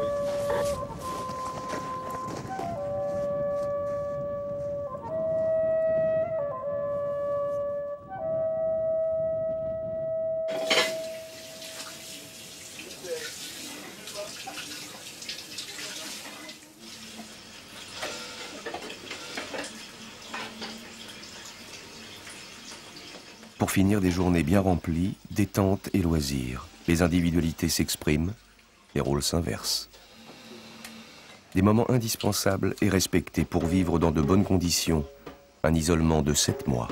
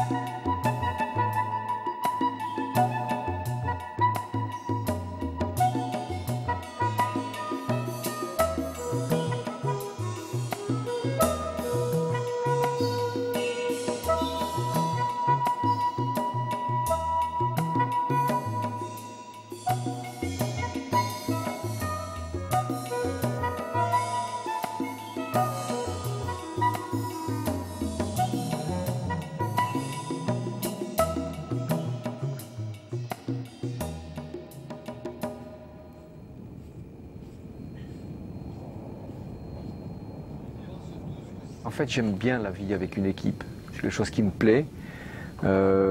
Les expéditions sur le terrain, j'aime ça, je me nourris de ça, je me réalise à travers ça. Cher Jean-Louis, je voudrais tant te revoir un jour. Ça, c'est vraiment Jean-Louis Etienne, tu es un vrai capitaine. Ton bateau qui va sur l'eau a rencontré un cachalot. Il fait froid chez toi. Est-ce que la glace te menace? As-tu vu des pingouins, des phoques, des ours bruns? Pour nous, tu es le meilleur des explorateurs. Thomas. Vous avez entendu le poème? Jean-Louis Etienne est un grand capitaine. A-t-il vu une sirène ou une grosse baleine? Est-ce qu'il fait froid sur l'Antarctica? Est-ce qu'on mange bien le matin? Pêche-t-on des poissons? Ramasse-t-on des champignons? Qui répondra à nos questions?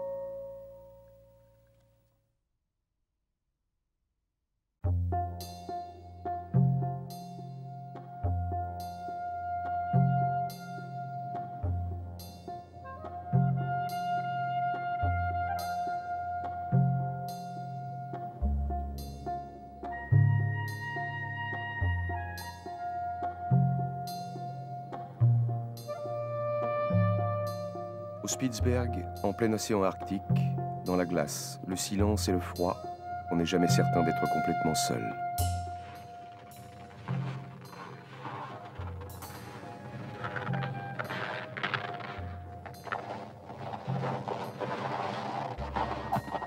Sur Antarctica, depuis le début de l'expédition, c'est comme une invisible présence qui hante les esprits, marque la neige et se dérobe au regard.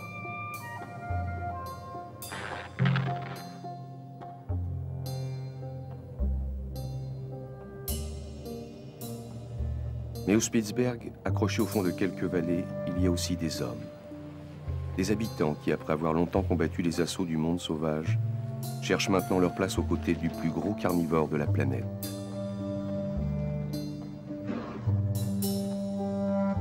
L'ours blanc, roi et vagabond de la banquise, est ici chez lui.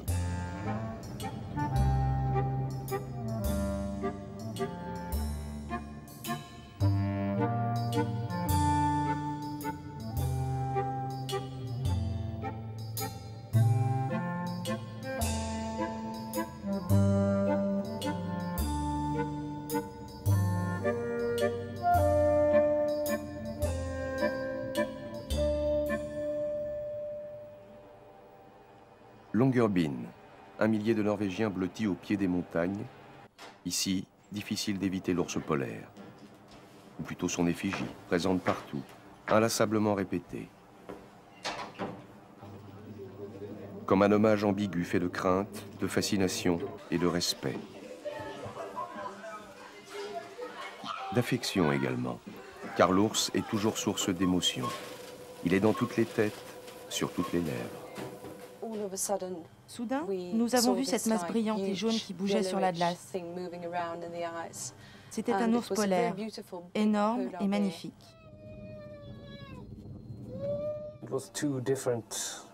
Il y avait deux ours polaires sur un bloc de glace.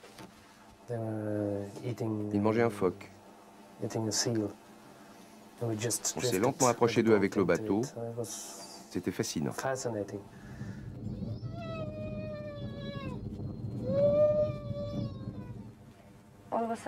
Soudain, un ours polaire est apparu à une vingtaine de mètres de la cabane.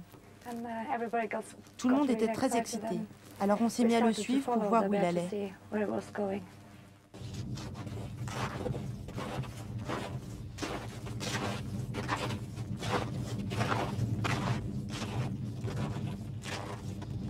Sur Sur le site d'Antarctica, c'est tout à la fin de la nuit d'hiver que l'animal, enfin, s'est montré à visage découvert. De loin, furtivement, pour une première rencontre, un premier effroi, également partagé entre l'homme et l'animal. Oh, regarde ces deux yeux. Bon, dis donc, j'aimerais pas me trouver en balade face à un morceau comme ça. Hein. Tu peux regarder. C'est un vrai nounours, hein.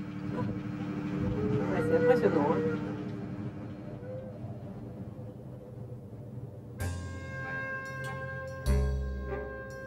L'ours blanc est un géant aux performances impressionnantes. Le mâle adulte peut mesurer 3 mètres de haut, peser 800 kg, courir à près de 40 km/h, nager, demeurer plusieurs minutes sous l'eau et parcourir une centaine de kilomètres sans se reposer. Inégalable, sans prédateur animal, il règne en maître absolu sur l'ensemble de l'Arctique, soit près de 50 000 km². La plupart des ours, cependant, appartiennent à des populations géographiquement distinctes. Ils vivent durablement dans une région déterminée qu'ils parcourent au gré de la formation et de la fonte de la banquise. Des aires d'habitation qui, de toute façon, recouvrent les quelques centres de vie humaines de ces régions.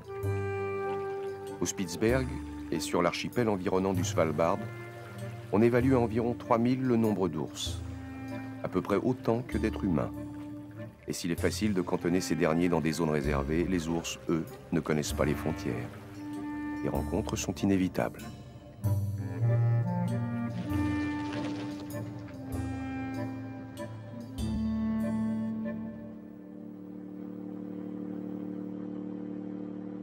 S'il a vraiment faim, il doit venir sur toi sans problème. Pour des gens qui ont l'habitude des ours, je pense qu'ils doivent bien déceler chez l'ours s'il a une attitude agressive ou pas, ou s'il est juste curieux. Ouais.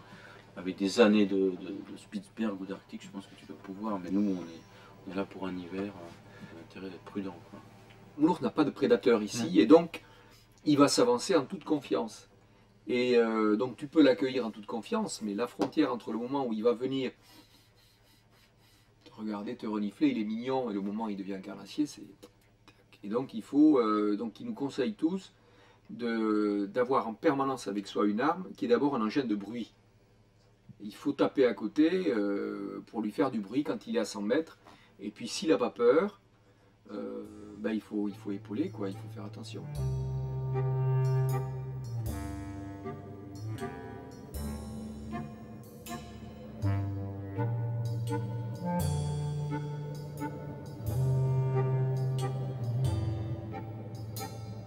L'ours n'est pas simple pour l'homme.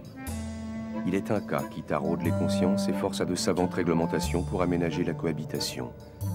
La réconciliation, pourrait-on dire, tant le passé fut cruel pour l'animal.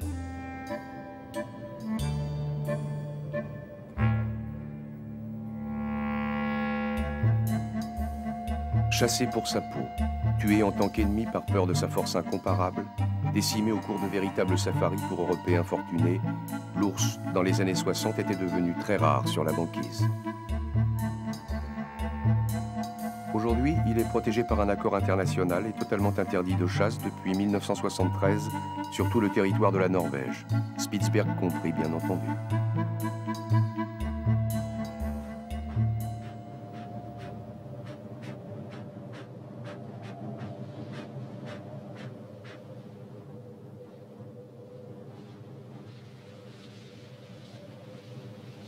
Résultat, en quelques dizaines d'années, sa population est passée de 5000 à 40 000 individus en Arctique.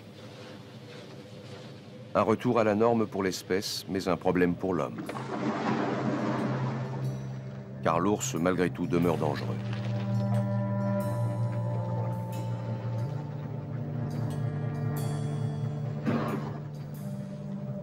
On vous le dit partout, il attaque sans prévenir. Même si son comportement est rarement agressif, il est un animal sauvage, carnivore, imprévisible. Et de plus, incorrigiblement curieux, susceptible de rôder des jours durant autour d'un campement, et parfois même de s'aventurer en ville.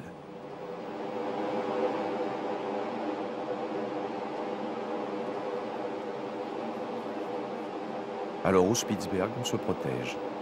Mais on se protège contre un animal lui-même protégé.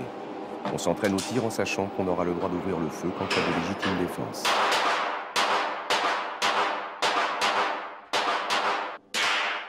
en sachant aussi que tout animal tué doit être immédiatement signalé au service du gouverneur, qui entreprendront alors une véritable enquête et récupéreront la dépouille afin d'éviter la contrebande de fourrure.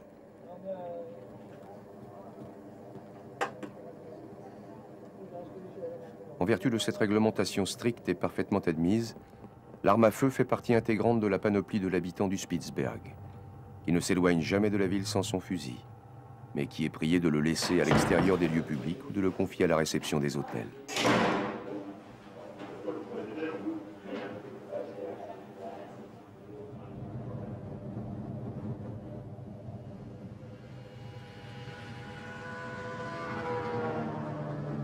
Ainsi, entre le souci de préserver l'espèce et le danger réel qu'elle représente pour l'homme, l'existence prend vite ici un goût d'aventure.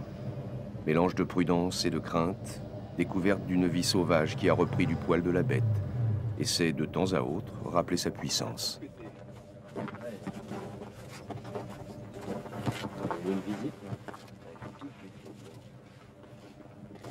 C'est l'ours, hein? Tu parles. Il y a des fers du cirque là-dedans. Oh là là! Il avait faim, hein? On a une culture très paradoxale par rapport à l'ours. C'est que c'est le gentil nounours blanc de notre enfance, l'ours en peluche, qui représente un support affectif de l'enfance énorme, donc on s'y attache. Et puis, quand on arrive en région polaire, l'ours devient l'ennemi, la bête qui, soi-disant, nous traque, qui nous attend derrière la porte du refuge, qui est prête à nous sauter dessus et dont il faut se méfier.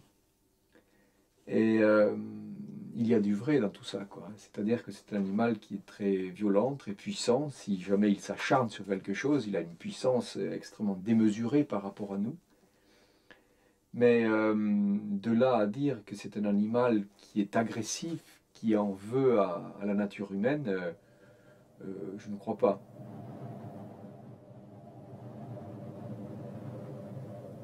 Il y a un handicap important, c'est qu'on est sans culture réelle face à l'ours.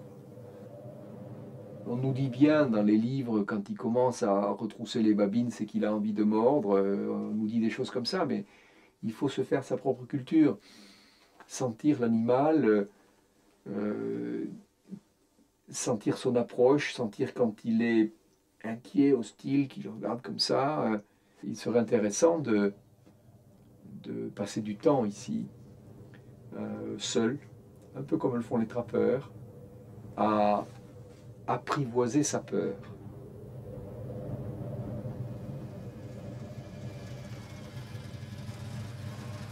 Mais la peur, le risque, lorsque l'on débarque au Spitzberg en visiteur, on n'y pense guère. Sûr de soi, valeureux, le fusil à l'épaule, on vient à la rencontre du seigneur des lieux. L'ours, en effet, est devenu une attraction et attire les touristes. Mais à trop le braver, on finit par l'agacer. En 1995, 2 personnes se sont fait attaquer et tuer par des ours. De quoi relancer le débat sur la cohabitation. Et de fait, la politique a changé. L'animal s'est retiré des dépliants de l'Office du tourisme. Aujourd'hui, il n'est plus au programme. Nous allons arrêter de faire de la publicité pour l'ours, parce que c'est une erreur. Bien sûr, les ours polaires vivent ici, et les gens le savent, mais nous ne voulons pas qu'ils viennent ici exprès pour les voir.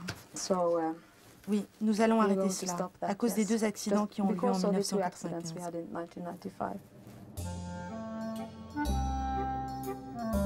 Mesure prudente, mais qui ne règle pas le problème, le tourisme au Spitzberg est en plein développement et représente déjà l'une des principales ressources de l'île. Une évolution inévitable qui pose aux responsables de l'environnement le problème à moyen terme du partage des terres entre l'homme et l'animal. Nous nous attendons à de plus en plus de confrontations entre l'homme et l'ours, à cause bien sûr de l'augmentation du nombre de touristes et de leur dispersion sur des zones de plus en plus vastes. Mais je ne pense pas que la taille de la population d'ours polaires influe sur cette situation, parce que de toute façon, ils vont partout. On a parlé à un moment de limiter le nombre des ours en les chassant, mais il faudrait les tuer tous pour que cela ait un véritable effet.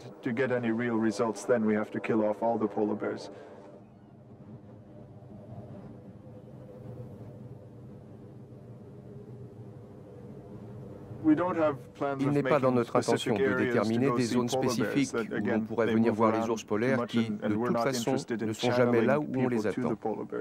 Nous ne voulons pas guider les gens vers les ours. Nous ne voulons pas leur garantir qu'ils verront des ours. Ce n'est pas l'idée. Mais quand les gens viennent visiter l'île et découvrir ses différents attraits, nous devons les informer sur l'ours polaire, leur signaler les territoires où ils ne peuvent pas aller afin que demeurent des endroits où les animaux ne sont pas dérangés, quitte éventuellement à concentrer les touristes dans certaines parties de l'île.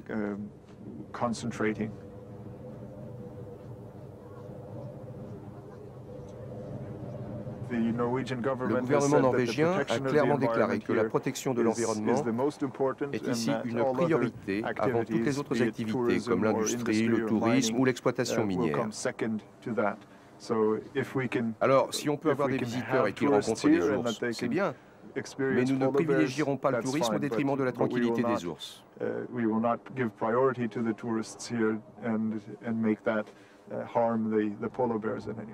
C'est notre philosophie dorénavant.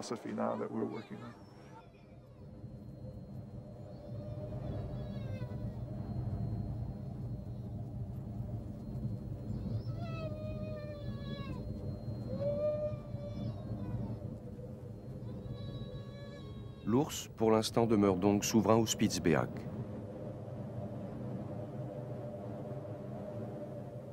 Un maître protégé dont on accepte l'humeur vagabonde et impulsive.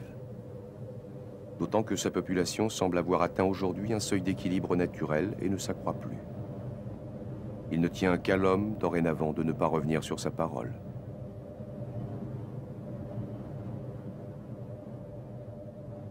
L'équipage d'Antarctica est maintenant accoutumé à sa présence, et réciproquement. Preuve qu'à distance respectable, la cohabitation est possible. Un spectacle quasi continu dont on ne se lasse pas. Ouais, il y en a de plus en plus, ouais.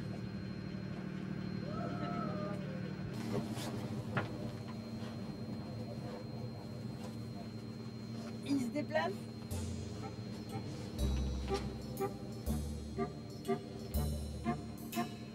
Mais tant qu'à vivre ensemble, autant se connaître. Ainsi, au Spitzberg, l'homme et l'ours ne se contentent pas de s'observer prudemment. L'animal, au-delà de la fascination qu'il exerce, est devenu un sujet d'étude et entraîne la science dans sa course.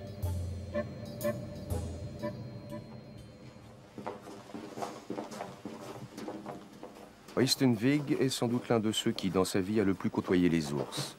Et il prépare actuellement la campagne de printemps. Un séjour de plusieurs semaines sur l'une des îles de l'archipel où l'attendent en nombre ses amis plantigrades. Ça, c'est un transmetteur par satellite que nous utilisons pour les ours polaires.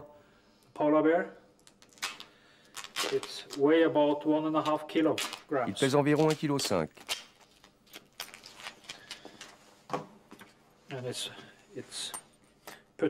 Ça se met sur l'ours, comme ça, autour du cou. Ce transmetteur devrait fonctionner ensuite pendant 3 ans. Et grâce au signal, je pourrais calculer la position de l'ours.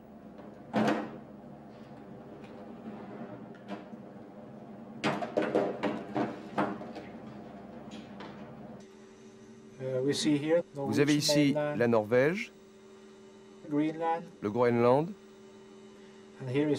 la partie russe de l'Arctique, la région du Svalbard et là, une île qui s'appelle Kupen, sur laquelle nous avons travaillé ces 2 dernières années et où nous nous rendons à nouveau cette année.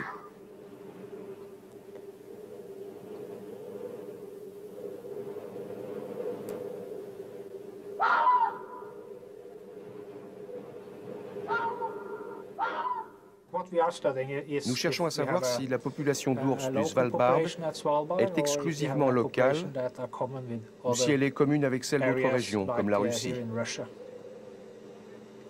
Nous voyons ici le trajet d'une femelle marqué il y a 1 an lorsqu'elle sortait de sa tanière avec 2 petits. Ça se passait là, sur l'île d'Upen. Cette femelle est allée ensuite jusqu'à la terre de François-Joseph. Elle a fait le tour de la terre de François-Joseph. Elle est revenue vers la mer de Barents et est repartie à nouveau vers l'est en direction de la Nouvelle-Zambie. C'est donc un ours international qui vit à la fois dans les zones norvégiennes et les eaux russes. Mais ce que j'ai appris ici, en suivant de cette manière un grand nombre d'ours, c'est que la plupart demeurent dans la région du Svalbard.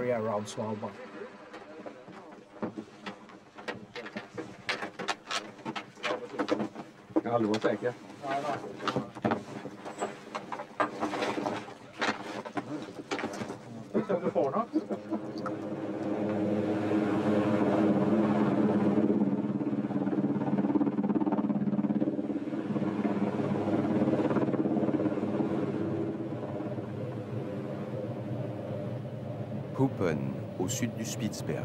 L'île est réputée pour sa concentration importante en ours polaires.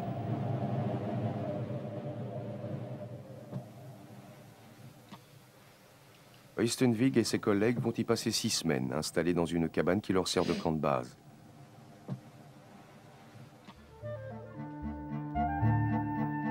Au programme, la capture, l'étude et le marquage d'une 50aine d'ours, dont 10 avec des colliers émetteurs.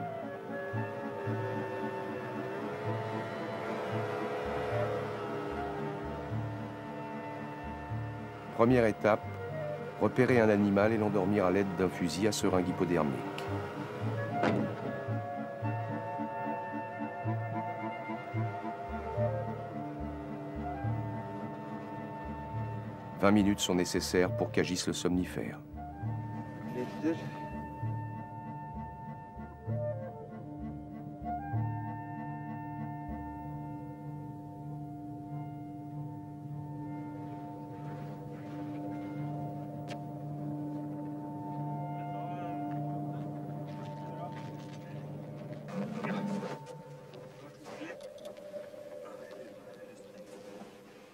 Les observations et les prélèvements réalisés, sang, graisse, poils, vont ainsi permettre de mieux connaître le comportement et la biologie de l'animal.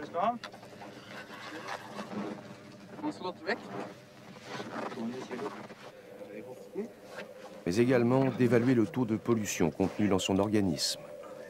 Oui, l'ours blanc est pollué. Une découverte récente et inquiétante qui met en cause différents produits toxiques provenant, bien entendu, des pays industrialisés.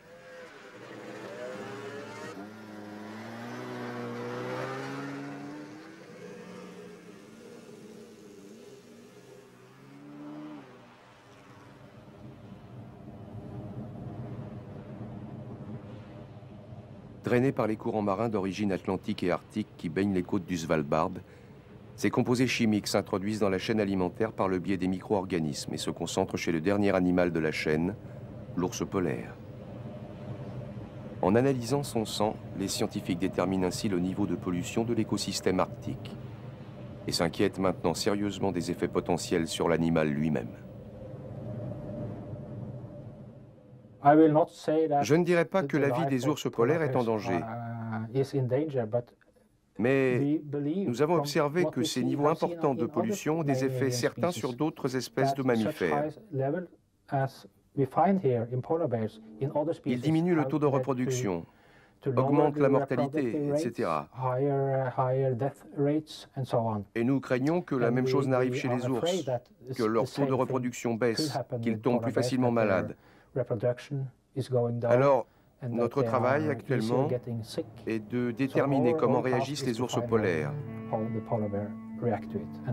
et en fonction des résultats, prévenir le gouvernement de la menace qui pèse sur ces animaux afin qu'ils en tiennent compte dans les négociations internationales sur l'environnement.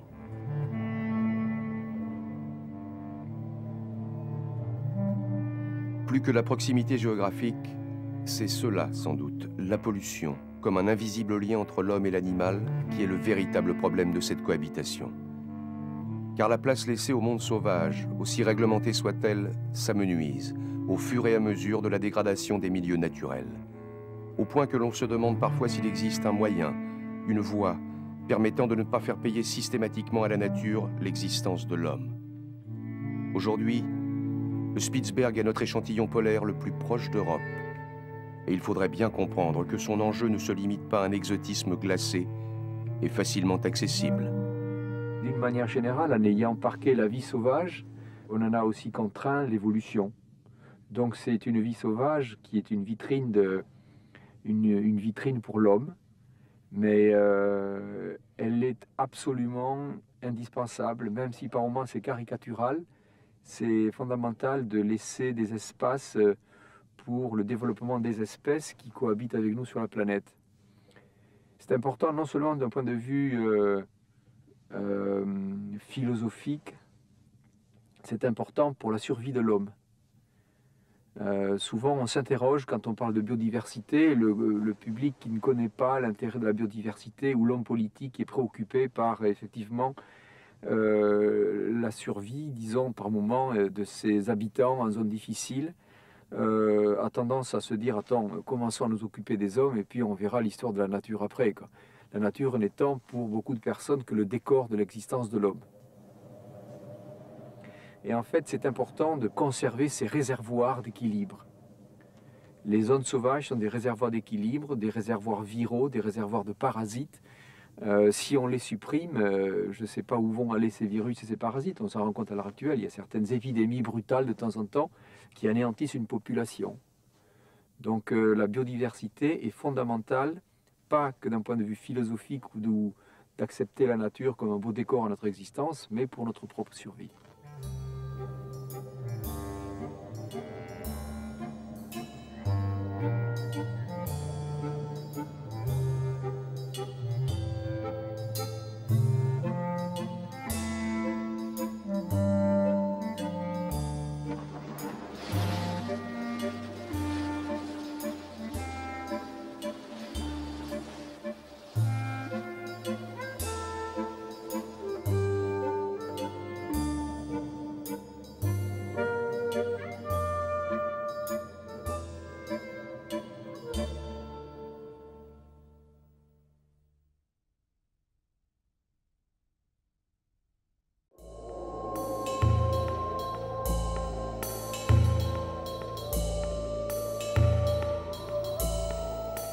Le Spitzberg, en plein océan glacial arctique, est la terre polaire la plus accessible depuis l'Europe.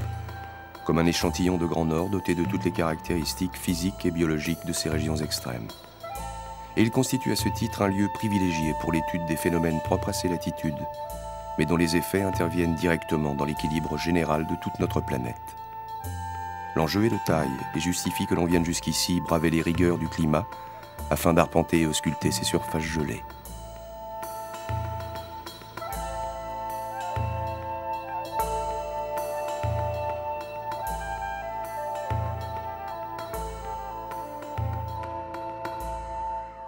Prisonnier volontaire des glaces de l'Arctique, Jean-Louis Etienne et son vaisseau, l'Antarctica, multiplient ainsi relevés, observations et prélèvements depuis le début de leur hivernage.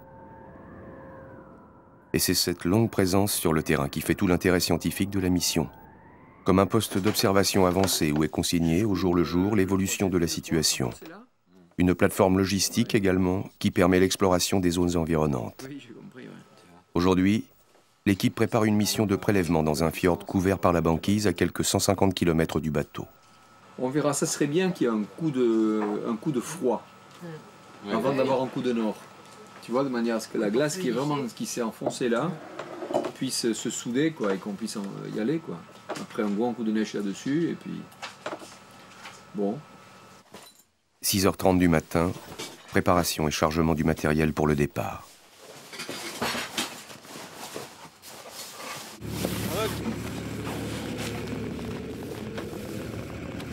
La température est de moins 35 degrés et le voyage durera près de 8 heures.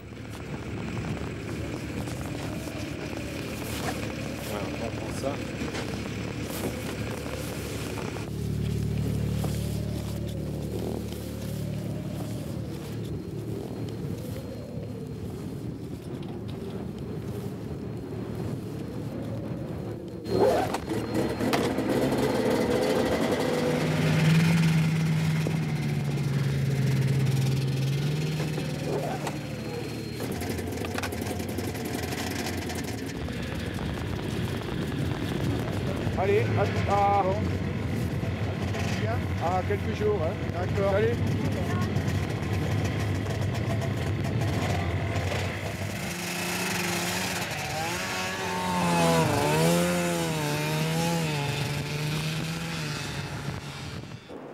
Jean-Claude Gascard a élaboré le programme océanographique de l'expédition. Il a quitté son laboratoire parisien pour rejoindre l'équipe de Jean-Louis Etienne sur le terrain et suivre cette campagne de prélèvement. Il y a un tas de choses finalement qu'on ne comprend pas et la seule façon de progresser, c'est d'aller voir ce qui se passe. On ne peut pas, derrière nos calculateurs, tout réinventer. Il faut vraiment aller sur le terrain pour glaner des informations et voir comment le système qu'on veut étudier fonctionne dans la réalité. Avec les satellites, surtout en ce qui concerne l'océan, on ne voit que la surface, on ne voit pas ce qui se passe à l'intérieur de l'océan. Et c'est pour ça qu'il faut qu'on aille sur le terrain pour vérifier en profondeur l'état des lieux. Ce qui nous pousse, c'est vraiment une motivation, la curiosité scientifique, la nécessité de comprendre les choses pour que l'ensemble du système qu'on essaye de comprendre puisse nous apparaître beaucoup plus clairement. Ça demande quelquefois des années de préparation avant d'aller sur le terrain. Ça demande des phases exploratoires, des phases de test. Quelquefois, on ne réussit pas du premier coup, il faut s'y reprendre une seconde fois, une troisième fois. En général, il faut revenir sur le terrain très souvent pour observer toutes les facettes d'un problème. Donc il faut être très patient et c'est une démarche qui est très longue.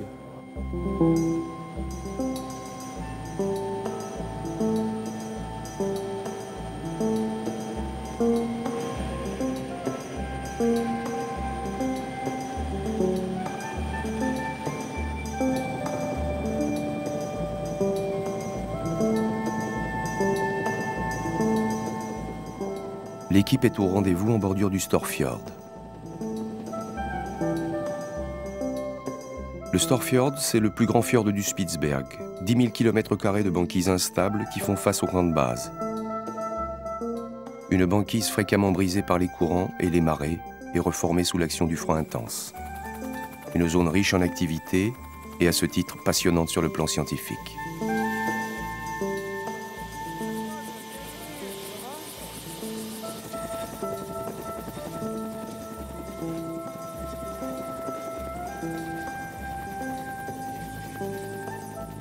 On est allé à une dizaine de bornes. Ah, quand même, 10 km. Le long de la côte, quand même, pas perpendiculaire. On a essayé d'aller vers le Storfjord. Oui. Vous atteignez cette poche là qui fait 100 mètres de profondeur à peu près Non, c'est vers le sud, il y a une poche, mais on peut y aller. Nous, on a été vers la direction du fjord et on tombe sur des crêtes de compression très importantes quand même. En autonomie totale, la vie s'organise autour d'une cabane de trappeurs.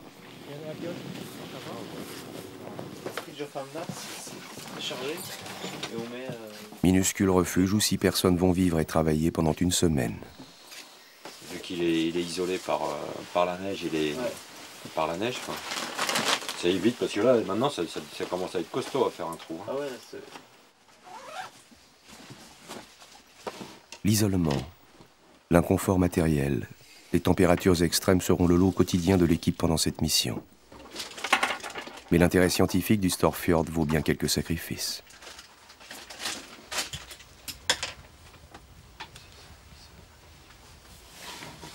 Notre tâche première, c'est de comprendre comment le système fonctionne. Alors, au niveau de l'océan, c'est la compréhension de la circulation océanique dans tous les bassins océaniques. C'est comme de comprendre pour le corps humain comment le sang circule à travers toutes les veines pour faire ce qu'il a à faire. Ici, dans le Storfjord, on est comme en train de regarder dans une alvéole d'un poumon des masses d'eau qui arrivent, comme le sang qui arrive dans les poumons et qui vient s'oxygéner, qui vient apporter de la chaleur et un certain nombre d'autres éléments, des sels minéraux qui sont nécessaires à la vie. Ici, on vient regarder dans une alvéole d'un poumon de la Terre comment les choses se passent, comment ça fonctionne, en espérant que ça fonctionne bien, pour pouvoir ultérieurement dire éventuellement si ça se passe mal. Voilà ce qu'on est venu faire.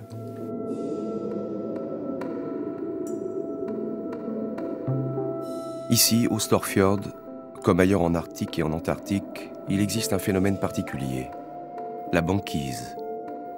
Un phénomène spécifique aux régions polaires, mais dont les effets sont planétaires.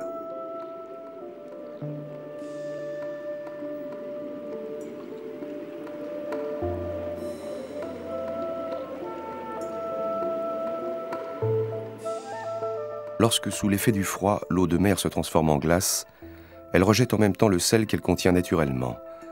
Un lent processus de séparation qui aboutit à la formation sous la banquise d'une couche sursalée et très froide.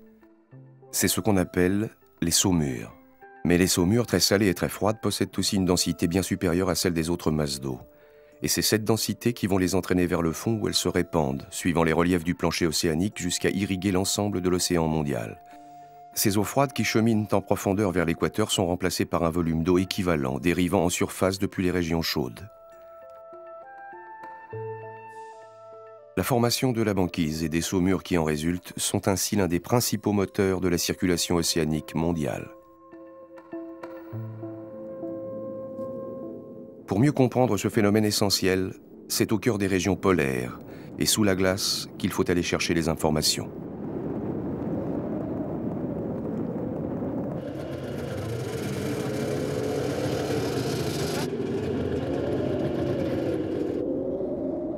L'équipe quitte le camp de base et la terre ferme pour s'aventurer sur la banquise qui recouvre le Storfjord.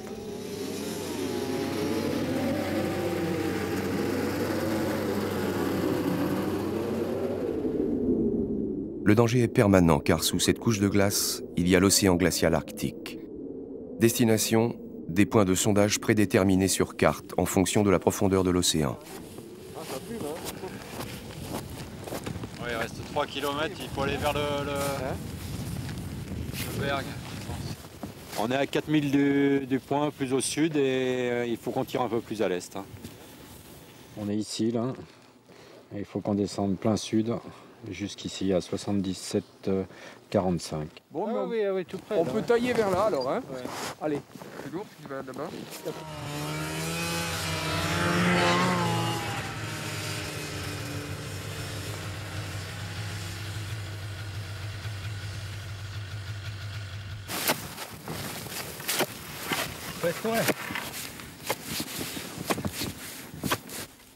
C'est bon là.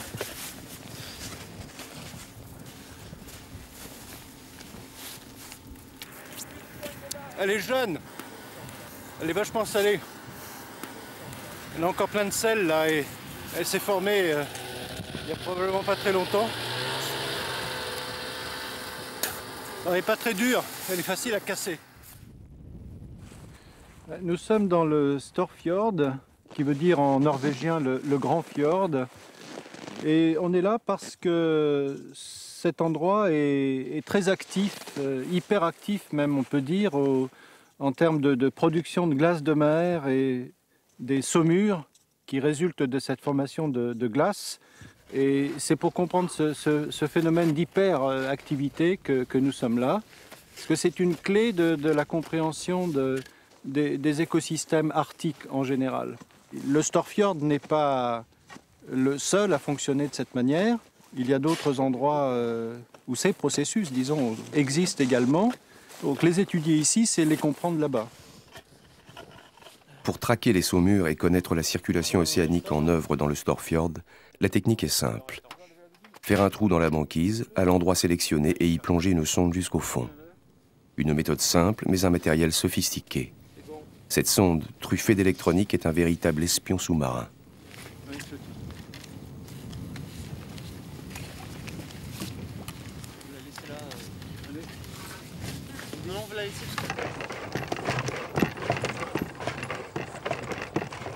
Cette sonde, elle mesure la température, la salinité, en fait la conductivité électrique, mais on en déduit la salinité de l'eau de mer, et puis la pression. Donc on peut savoir en n'importe quel point de la colonne d'eau, entre la surface et 120 mètres de profondeur, les températures, les salinités, avec une grande précision.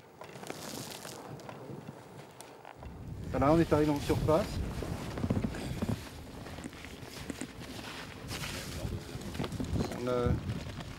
Température, salinité. Ces deux paramètres sont essentiels pour identifier les différentes masses d'eau, et notamment les saumures, très salées et très froides. De retour au camp de base, la sonde connectée à un ordinateur délivrera ces informations pour tracer une première coupe verticale des eaux du Storfjord.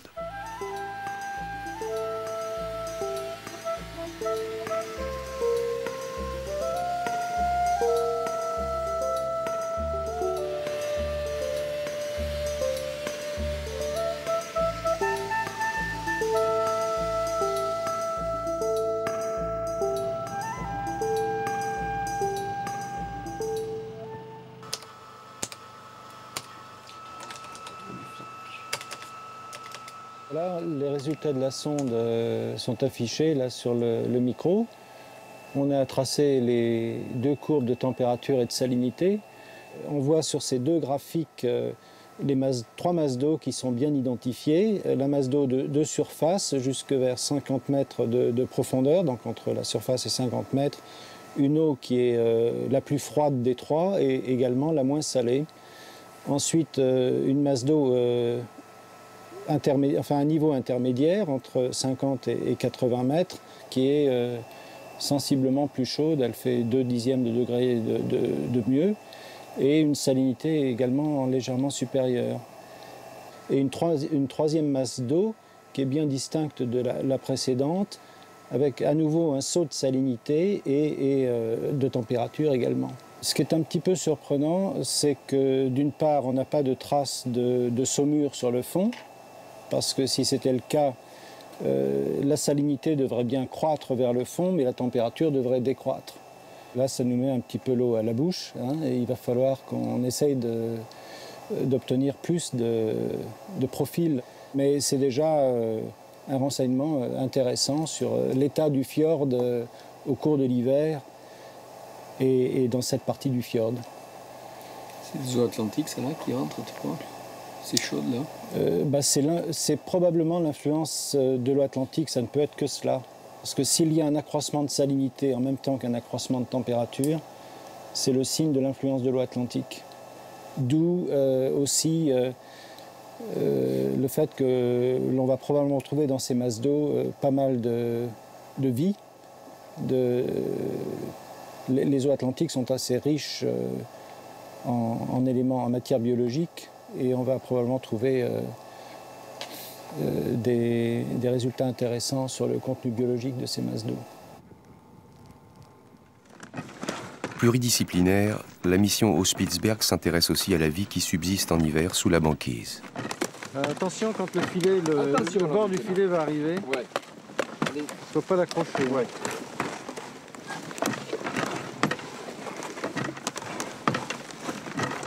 L'équipe effectue ainsi des prélèvements de copépodes, des animaux minuscules mais dont le nombre d'individus est le plus important de la planète.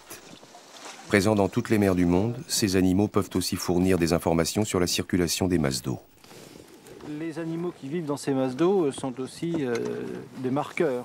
En les identifiant, ils nous permettent de connaître l'origine d'une masse d'eau et de savoir à partir de cela quelle a été son évolution depuis sa source jusqu'à ce qu'on la trouve ici.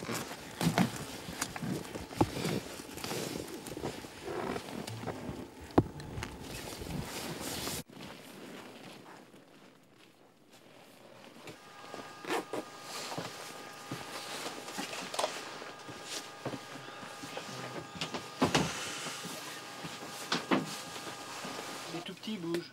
Maillon essentiel dans la chaîne alimentaire de l'écosystème arctique, les copépodes prélevés pendant tout l'hiver permettront aux biologistes de mieux comprendre comment la vie s'adapte en milieu extrême aux limites de ses possibilités. Au centre du corps, deux ans. Ces pigments qui sont dilués dans leur graisse. Ils bougent, hein? Ils bougent, ouais. Les tout petits bougent.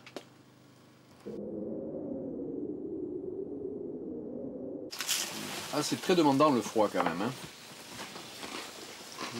Il y a le fruit, il y a l'énergie de l'effort, et puis il faut garder le thermostat à 37, quoi. Hein. Il y a des gens qui te disent, quand il fait moins 30, moins 50, après, tu sais, comme si au-delà de J'ai écouté, c'est exactement comme on dit à quelqu'un, vous là, vous qui pouvez prendre 35 kilos sur le dos, allez tiens, on va vous mettre 50, ça. Au-delà de 35. Mais c'est pareil.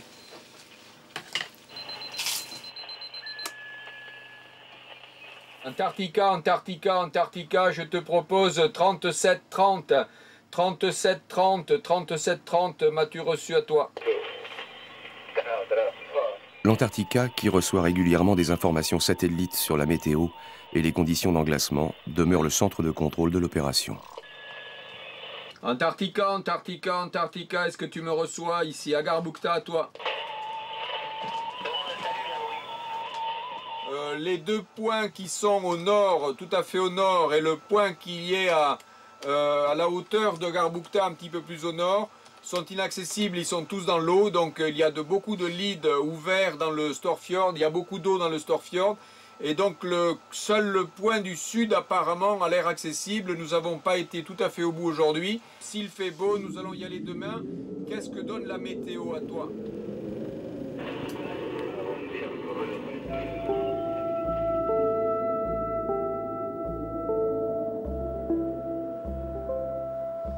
Jour après jour, les prélèvements se répètent, les informations s'accumulent, construisant progressivement la carte d'identité des eaux du Storfjord.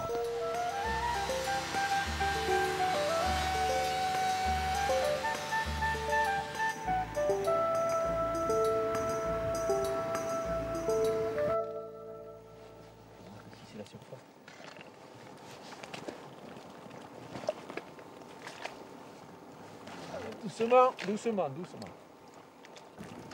C'est bon. C'est bon. 40, 40.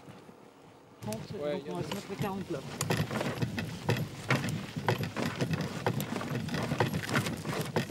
Dans le Storfjord, on fait des prélèvements de température, on fait des prélèvements de salinité, on fait des prélèvements d'eau pour mesurer l'oxygène et tout ce que l'eau contient finalement, parce que l'eau pour nous c'est le sang de la Terre. Difficile, sans doute, d'imaginer que les sondages et prélèvements réalisés dans ce bout du monde hostile concernent en fait la Terre entière. Et pourtant, sous les banquises polaires, les saumures, emportés dans leur mouvement lent et puissant jusqu'aux mers chaudes, sont par nature à l'origine des formidables échanges thermiques entre les régions polaires et l'équateur. Et ce sont pour une large part ces transports de chaleur qui font l'équilibre climatique de notre planète. Avec l'atmosphère, l'océan est ainsi le grand régulateur des climats, un phénomène complexe qui prend naissance au cœur de l'hiver polaire, dans les glaces de l'Arctique et de l'Antarctique.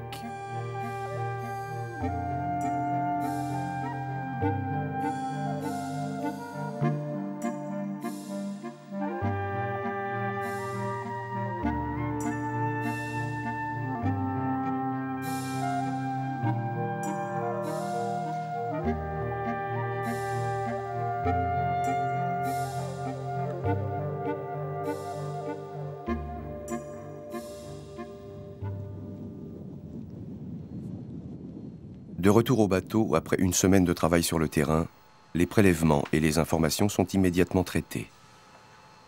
Les échantillons biologiques sont triés et stockés avant leur départ pour les laboratoires de recherche. C'est aussi l'heure d'un premier bilan de circulation des saumures identifiés par la sonde.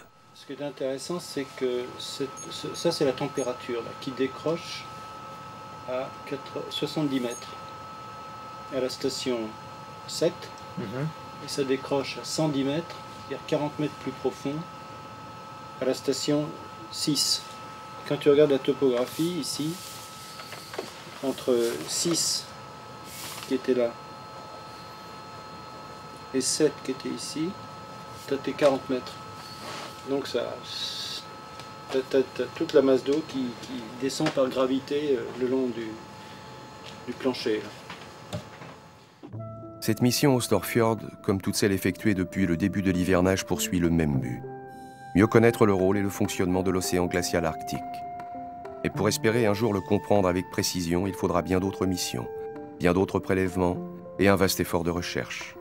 À la clé, un pas important de franchi dans la connaissance de l'équilibre climatique de notre Terre. Une tâche longue, difficile, mais un enjeu essentiel pour notre gestion de l'avenir. L'océan joue un rôle majeur au niveau de la climatologie, avec cette inertie thermique considérable que cette masse fluide qui enveloppe les 3/4 de la surface de la Terre. On peut même dire que l'océan joue à la climatologie le rôle que l'atmosphère joue pour la météorologie. De toute façon, il y a un cycle naturel